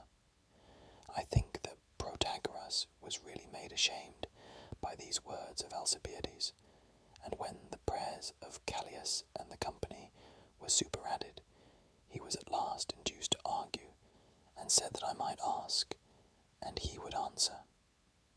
So I said, Do not imagine, Protagoras, that I have any other interest in asking questions of you, but that of clearing up my own difficulties. For I think that Homer was very right in saying that when two go together, one sees before the other ill. For all men who have a companion are readier in deed, word, or thought. But if a man sees a thing when he is alone, he goes about straightly seeking, until he finds someone to whom he may show his discoveries, and who may confirm him in them. And I would rather hold discourse with you than with anyone, because I think that no man has a better understanding of most things which a good man may be expected to understand, and in particular of virtue. For who is there but you, who not only claim to be a good man and a gentleman, for many are this, and yet have not the power of making others good, whereas you are not only good yourself, but also the cause of goodness in others. Moreover, such confidence have you in yourself, that although other sophists conceal their profession, you proclaim in the face of Hellas that you are a sophist or teacher of virtue and education, and are the first who demanded pay in return. How then can I do otherwise than invite you to the examination of these subjects, and ask questions and consult with you? I must, indeed, and I should like once more to have my memory refreshed by you about the questions which I was asking you at first, and also to have your help in considering them. If I am not mistaken, the question was this: Are wisdom and temperance and courage and justice and holiness 5 names of the same thing? Or has each of the names a separate underlying essence and corresponding thing having a peculiar function, no one of them being like any other of them? And you replied that the 5 names were not the names of the same thing, but that each of them had a separate object, and that all these objects were parts of virtue, not in the same way that the parts of gold are like each other, and the whole of which they are parts, but as the parts of the face are unlike the whole of which they are parts in one another, and have each of them a distinct function. I should like to know whether this is still your opinion, or if not, I will ask you to define your meaning, and I shall not take you to task if you now make a different statement. For I dare say that you may have said what you did, only in order to make trial of me? I answer, Socrates, he said, that all these qualities are parts of virtue, and that 4 out of the 5 are to some extent similar, and that the 5th of them, which is courage, is very different from the other 4, as I prove in this way. You may observe that many men are utterly unrighteous, unholy, intemperate, ignorant, who are nevertheless remarkable for their courage. Stop, I said. I should like to think about that. When you speak of brave men, do you mean the confident or another sort of nature? Yes, he said. I mean the impetuous, ready to go at that which others are afraid to approach. In the next place, you would affirm virtue to be a good thing, of which good thing you assert yourself to be a teacher. Yes, he said, I should say the best of all things, if I am in my right mind. And is it partly good and partly bad, I said, or wholly good? Wholly good, and in the highest degree. Tell me then, who are they who have confidence when diving into a well? I should say, the divers. And the reason of this is that they have knowledge. Yes, that is the reason. And who have confidence when fighting on horseback? The skilled horseman or the unskilled? The skilled. And who, when fighting with light shields, the peltasts or the non-peltasts? The peltasts. And that is true of all other things, he said, if that is your point. Those who have knowledge are more confident than those who have no knowledge, and they are more confident after they have learned than before. And have you not seen persons utterly ignorant, I said, of these things, and yet confident about them? Yes, he said, I have seen such persons far too confident. And are not these confident persons also courageous? In that case, he replied, courage would be a base thing, for the men of whom we are speaking are surely madmen. Then who are the courageous? Are they not the confident? Yes, he said, to that statement I adhere. And those, I said, who are thus confident without knowledge are really not courageous but mad. And in that case, the wisest are also the most confident, and being the most confident are also the bravest, and upon that view again wisdom will be courage. Nay, Socrates, he replied, you are mistaken in your remembrance of what was said by me. When you asked me, I certainly did say that the courageous are the confident, but I was never asked whether the confident are the courageous.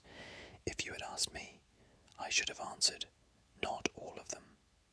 And what I did answer you have not proved to be false, although you proceeded to show that those who have knowledge are more courageous than they were before they had knowledge, and more courageous than others who have no knowledge, and were then led on to think that courage is the same as wisdom.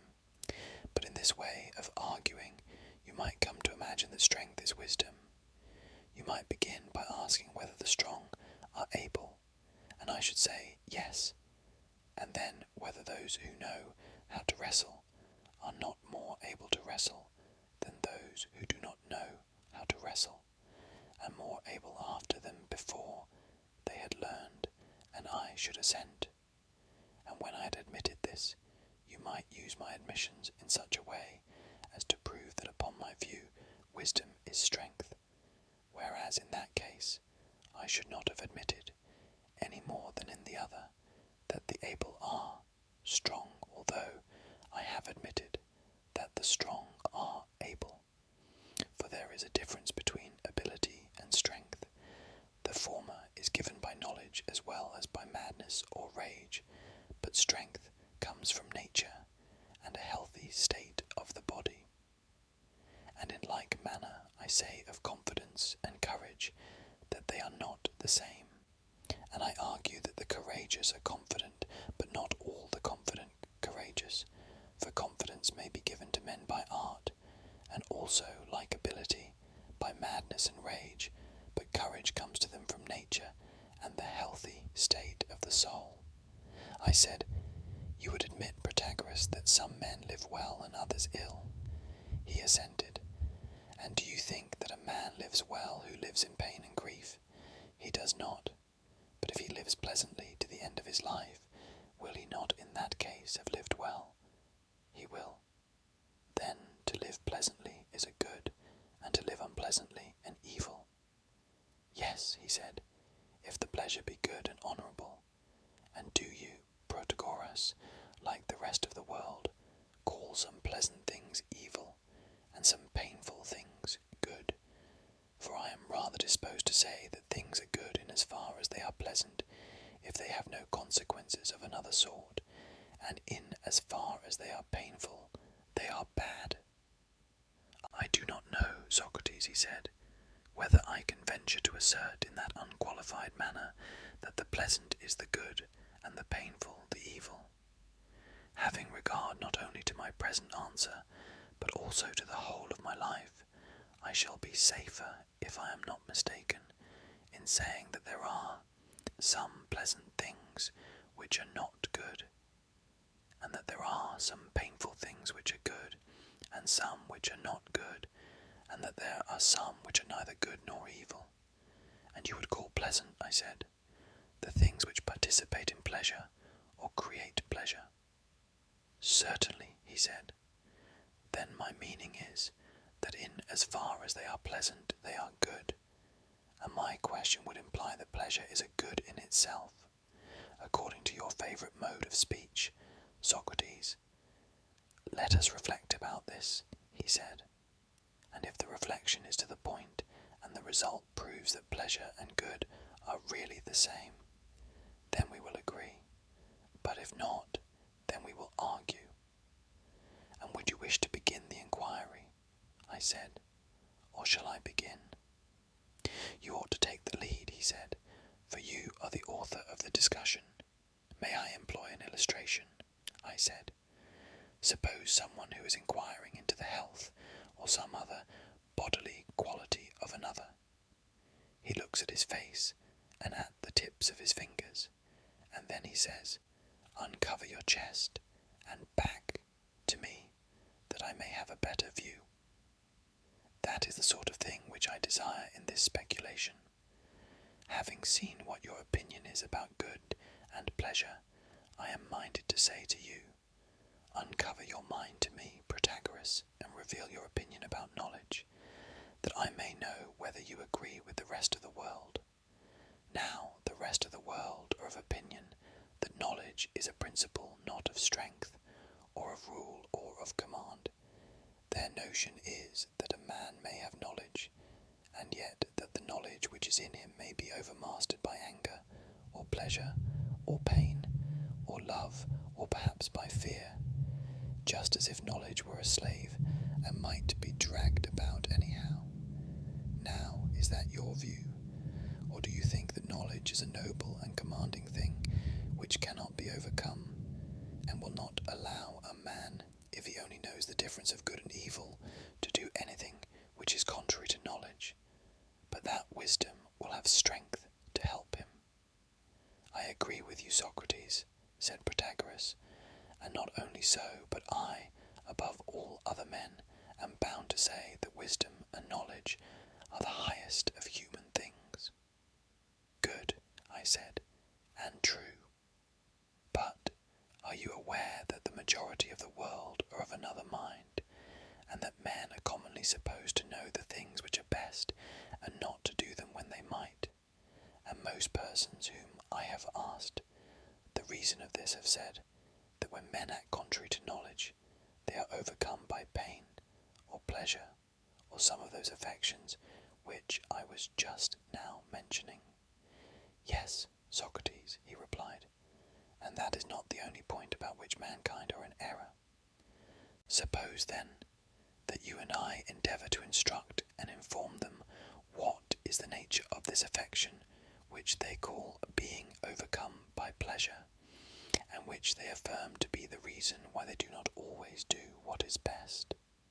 When we say to them, friends, you are mistaken, and are saying what is not true, they would probably reply, Socrates and Protagoras, if this affection of the soul is not to be called being overcome by pleasure, pray, what is it, and by what name would you describe it?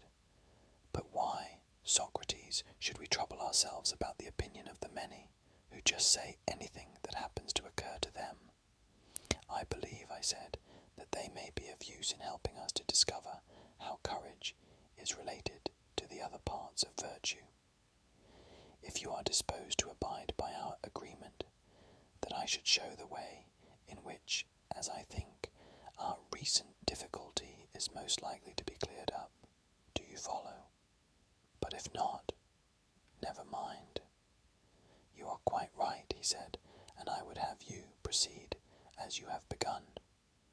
Well then, I said, let me suppose that they repeat their question.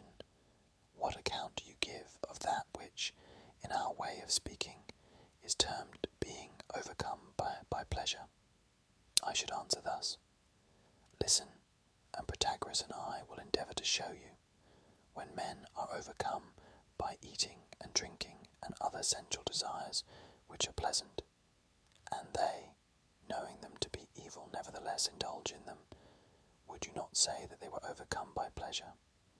They will not deny this, and suppose that you and I were to go on and ask them again, in what way do you say that they are evil, in that they are pleasant and give pleasure at the moment, or because they cause disease and poverty and other like evils in the future? Would they still be evil if they had no attendant evil consequences, simply because they give the consciousness of pleasure of whatever nature? Would they not answer that they are not evil on account of the pleasure which is immediately given by them, but on account of the after consequences, diseases, and the like? I believe, said Protagoras, that the world in general would answer as you do, and in causing diseases do they not cause pain, and in causing poverty do they not cause pain? They would agree to that also, if I am not mistaken. Protagoras assented. Then I should say to them, in my name and yours, do you think them evil for any other reason, except because they end in pain and rob us of other pleasures? There again they would agree. We both of us thought that they would. And then I should take the question from the opposite point of view and say, friends, when you speak of goods being painful, do you not mean remedial goods, such as gymnastic exercises and military service, and the physician's use of burning, cutting, drugging, and starving? Are these the things which are good but painful? They would assent to me. He agreed. And do you call them good because they occasion the greatest immediate suffering and pain, or because afterwards they bring health and improvement of the bodily condition and the salvation of states and power over others and wealth? They would agree to the latter alternative, if I am not mistaken. He assented. Are these things good for any other reason, except that they end in pleasure and get rid of and avert pain? Are you looking to any other standard but pleasure and pain when you call them good? They would acknowledge that they were not. I think so, said Protagoras. And do you not pursue after pleasure as a good, and avoid pain as an evil? He assented. Then you think that pain is an evil, and pleasure is a good, and even pleasure you deem an evil, when it robs you of greater pleasures than it gives, or causes pains greater than the pleasure. If, however, you call pleasure an evil in relation to some other end or standard, you will be able to show us that standard. But you have none to show. I do not think that they have, said Protagoras. And have you not a similar way of speaking about pain? You call pain a good when it takes away greater pains than those which it has, or gives pleasures greater than the pains. Then, if you have some standard other than pleasure and pain to which you refer when you call actual pain a good, you can show what that is, but you cannot. True, said Protagoras. Suppose again, I said, that the world says to me, why do you spend many words and speak in many ways on this subject? Excuse me, friends, I should reply, but in the first place there is a difficulty in explaining the meaning of the expression overcome by pleasure, and the whole argument turns upon even now, if you see any possible way in which evil can be explained as other than pain, or good as other than pleasure, you may still retract. Are you satisfied, then, at having a life of pleasure which is without pain? If you are, and if you are unable to show any good or evil which does not end in pleasure and pain, hear the consequences. If what you say is true, then the argument is absurd, which affirms that a man often does evil knowingly, when he might abstain, because he is seduced and overpowered by pleasure.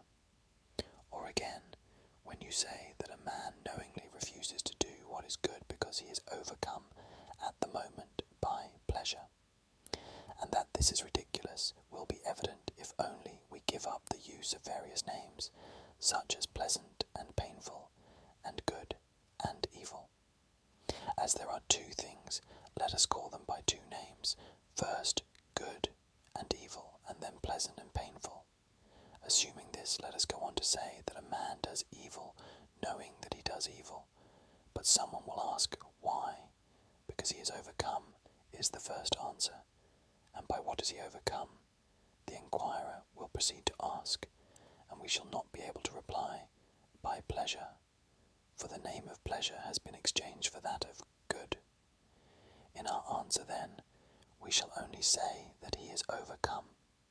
By what? He will reiterate. By the good. We shall have to reply. Indeed we shall. Nay, but our questioner will rejoin with a laugh, if he be one of the swaggering sort. That is too ridiculous, that a man should do what he knows to be evil, when he ought not, because he is overcome by good. Is that, he will ask, because the good was worthy or not worthy of conquering the evil? And in answer to that, we shall clearly reply, because it was not worthy. For if it had been worthy, then he who, as we say, was overcome by pleasure, would not have been wrong. But how, he will reply, can the good be unworthy of the evil, or the evil of the good? Is not the real explanation that they are out of proportion to one another, either as greater and smaller, or more and fewer? This we cannot deny. And when you speak of being overcome, what do you mean, he will say, but that you choose the greater evil in exchange for the lesser good? Admitted. And now substitute the names of pleasure and pain for good and evil, and say, not as before, that a man does what is evil knowingly, but that he does what is painful knowingly, and because he is overcome by pleasure, which is unworthy to overcome. What measure is there of the relations of pleasure to pain other than excess and defect, which means that they become greater and smaller, and more and fewer, and differ in degree? For if anyone says, yes, Socrates, but immediate pleasure differs widely from future pleasure and pain, to that I should reply, and do they differ in anything but in pleasure and pain? There can be no other measure of them. And do you, like a skilful weigher, put into the balance the pleasures and the pains, and their nearness and distance, and weigh them, and then say which outweighs the other? If you weigh pleasures against pleasures, you of course take the more and greater. Or if you weigh pains against pains, you take the fewer and the less. Or if pleasures against pains, then you choose that course of action in which the painful is exceeded by the pleasant, whether the distant by the near, or the near by the distant, and you avoid that course of action in which the pleasant is exceeded by the painful. Would you not admit, my friends, that this is true? I am confident that they cannot deny this. He agreed with me. Well, then, I shall say, if you agree so far, be so good as to answer me a question. Do not the same magnitudes appear larger to your sight when near, and smaller when at a distance? They will acknowledge that, and the same holds of thickness and number. Also sounds which are in themselves equal are greater when near, and lesser when at a distance. They will grant that also. Now suppose happiness to consist in doing or choosing the greater, and in not doing or in avoiding the less. What would be the saving principle of human life? Would not the art of measuring be the saving principle, or would the power of appearance? Is not the latter that deceiving art which makes us wander up and down, and take the things at one time of which we repent at another, both in our actions and in our choice of things great and small? But the art of measurement would do away with the effect of appearances, and, showing the truth, would fain teach the soul at last to find rest in the truth, and would thus save our life. Would not mankind generally acknowledge that the art which accomplishes this result is the art of measurement? Yes, he said, the art of measurement. Suppose again the salvation of human life to depend on the choice of odd and even, and on the knowledge of when a man ought to choose the greater or less, either in reference to themselves or to each other, and whether near or at a distance. What would be the saving principle of our lives? Would not knowledge, a knowledge of measuring, when the question is one of excess and defect, and a knowledge of number, when the question is of odd and even? The world will assent, will they not? Protagoras himself thought that they would. Well then, my friends, I say to them, seeing that the salvation of human life has been found to consist in the right choice of pleasures and pains, in the choice of the more and the fewer, and the greater and the less, and the nearer and remoter, must not this measuring be a consideration of their excess and defect and equality in relation to each other? This is undeniably true, and this, as possessing measure, must undeniably also be an art and science. They will agree, he said. The nature of that art or science will be a matter of future consideration, but the existence of such a science furnishes a demonstrative answer to the question which you asked of me and Protagoras. At the time when you asked the question, if you remember, both of us were agreeing that there was nothing mightier than knowledge, and that knowledge, in whatever existing, must have the advantage over pleasure and all other things. And then you said that pleasure often got the advantage even over a man who has knowledge, and we refused to allow this, and you rejoined, O Protagoras and Socrates, what is the meaning of being overcome by pleasure if not this? Tell us what you call such a state. If we had immediately and at the time answered ignorance, you would have laughed at us. But now, in laughing at us, you will be laughing at yourselves, for you also admitted that men err in their choice of pleasures and pains, that is, in their choice of good and evil, from defect of knowledge. And you admitted further that they err not only from defect of knowledge in general, but of that particular knowledge which is called measuring. And you are also aware that the erring act which is done without knowledge is done in ignorance. This, therefore, is the meaning of being overcome by pleasure, ignorance, and that the greatest.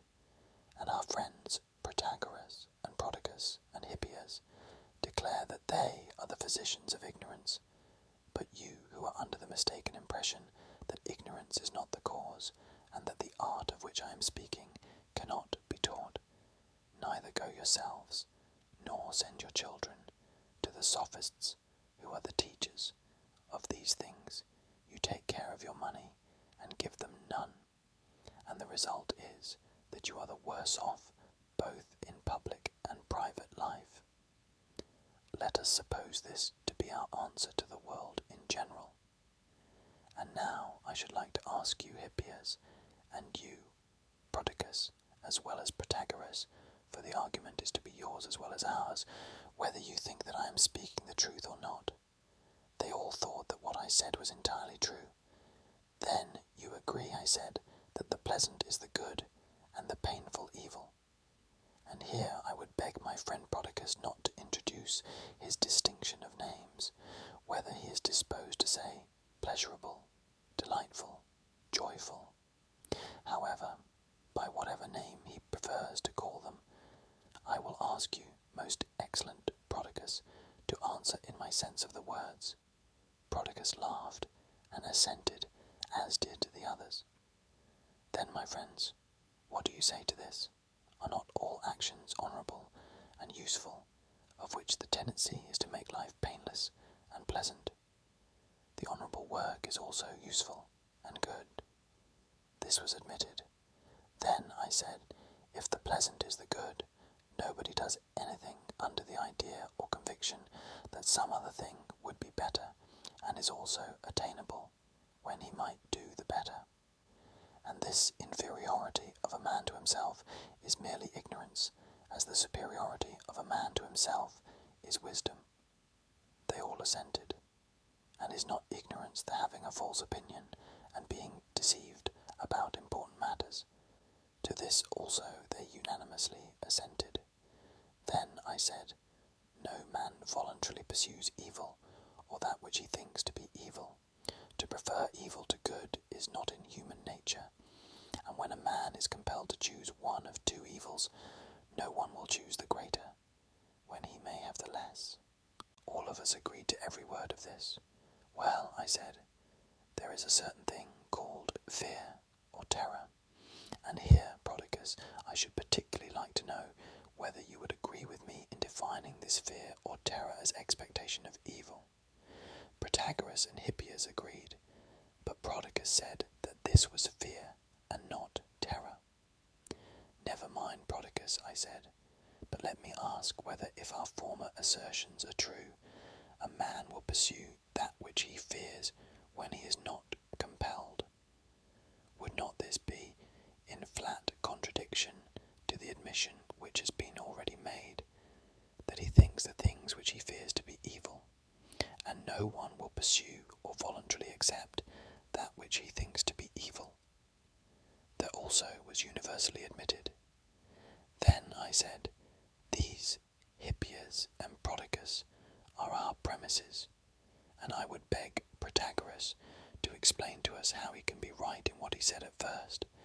I do not mean in what he said quite at first, for his first statement, as you may remember, was that, whereas there were 5 parts of virtue, none of them was like any other of them. Each of them had a separate function. To this, however, I am not referring, but to the assertion which he afterwards made, that of the 5 virtues 4 were nearly akin to each other, but that the 5th, which was courage, differed greatly from the others. And of this he gave me the following proof. He said, you will find, Socrates, that some of the most impious and unrighteous and intemperate and ignorant of men are among the most courageous, which proves that courage is very different from the other parts of virtue. I was surprised at his saying this at the time, and I am still more surprised now that I have discussed the matter with you. So I asked him whether by the brave he meant the confident. Yes, he replied, and the impetuous or goers. You may remember, Protagoras, that this was your answer. He assented. Well then, I said, tell us against what are the courageous ready to go, against the same dangers as the cowards? No, he answered, then against something different. Yes, he said, then do cowards go where there is safety, and the courageous where there is danger? Yes, Socrates, so men say. Very true, I said, but I want to know against what do you say that the courageous are ready to go, against dangers, believing them to be dangers, or not against dangers? No, said he, the former case has been proved by you in the previous argument to be impossible. That, again, I replied, is quite true, and if this has been rightly proven, then no one goes to meet what he thinks to be dangers, since the want of self-control, which makes men rush into dangers, has been shown to be ignorance. He assented, and yet the courageous man and the coward alike go to meet which they are confident, so that, in this point of view, the cowardly and the courageous go to meet the same things. And yet, Socrates, said Protagoras, that to which the coward goes is the opposite of that to which the courageous goes. The one, for example, is ready to go to battle, and the other is not ready, and is going to battle honourable or disgraceful, I said. Honourable, he replied, and if honourable, then already admitted by us to be good, for all honourable actions we have admitted to be good. That is true, and to that opinion I shall always adhere.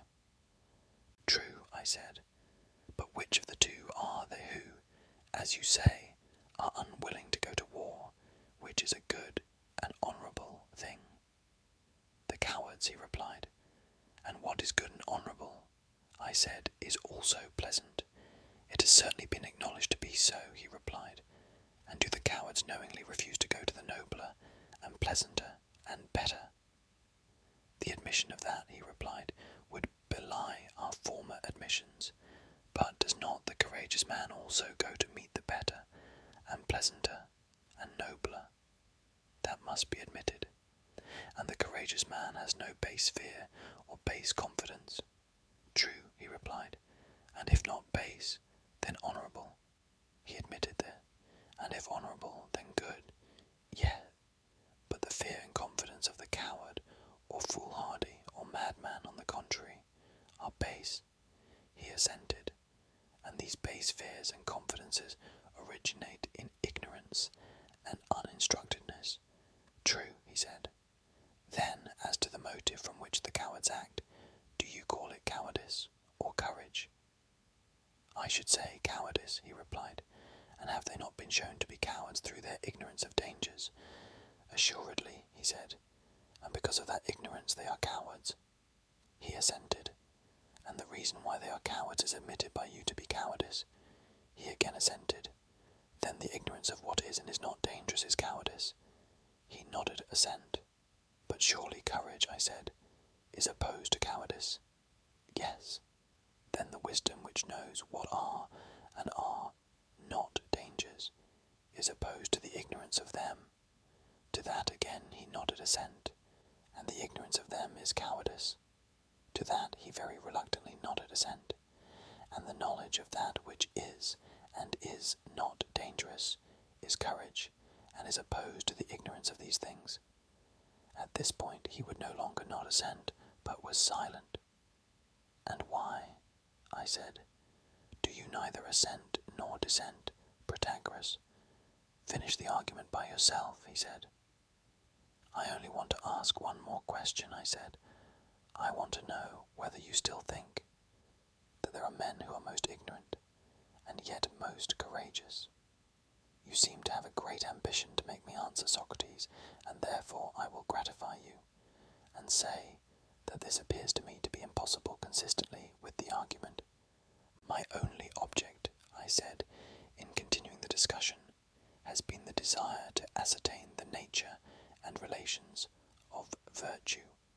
For, if this were clear, I am very sure that the other controversy, which has been carried on at great length by both of us, you affirming and I denying that virtue can be taught, would also become clear. The result of our discussion appears to me to be singular, for if the argument had a human voice, that voice would be heard laughing at us and saying, Protagoras and Socrates, you are strange beings. There are you, Socrates, who were saying that virtue cannot be taught, contradicting yourself now by your attempt to prove that all things are knowledge, including justice and temperance and courage, which tends to show that virtue can certainly be taught. For if virtue were other than knowledge, as Protagoras attempted to prove, then clearly virtue cannot be taught. But if virtue is entirely knowledge, as you are seeking to show, then I cannot but suppose that virtue is capable of being taught. Protagoras, on the other hand, who started by saying that it might be taught, is now eager to prove it to be anything rather than knowledge, and if this is true, it must be quite incapable of being taught.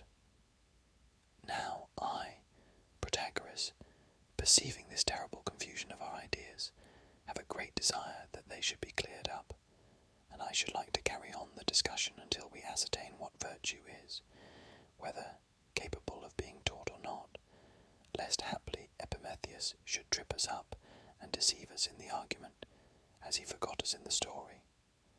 I prefer your Prometheus to your Epimetheus, for of him I make use whenever I am busy about these questions, in Promethean care of my own life.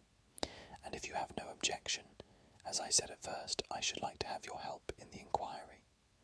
Protagoras replied, Socrates, I am not of a base nature, and I am the last man in the world to be envious.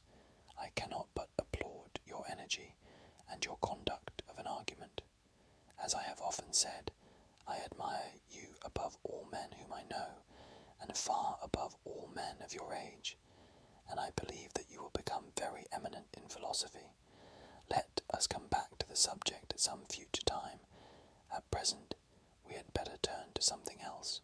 By all means, I said, if that is your wish, for I too ought long since to have kept the engagement of which I spoke before, and only tarried because I could not refuse the request of the noble Callias. So the conversation ended, and we went our way.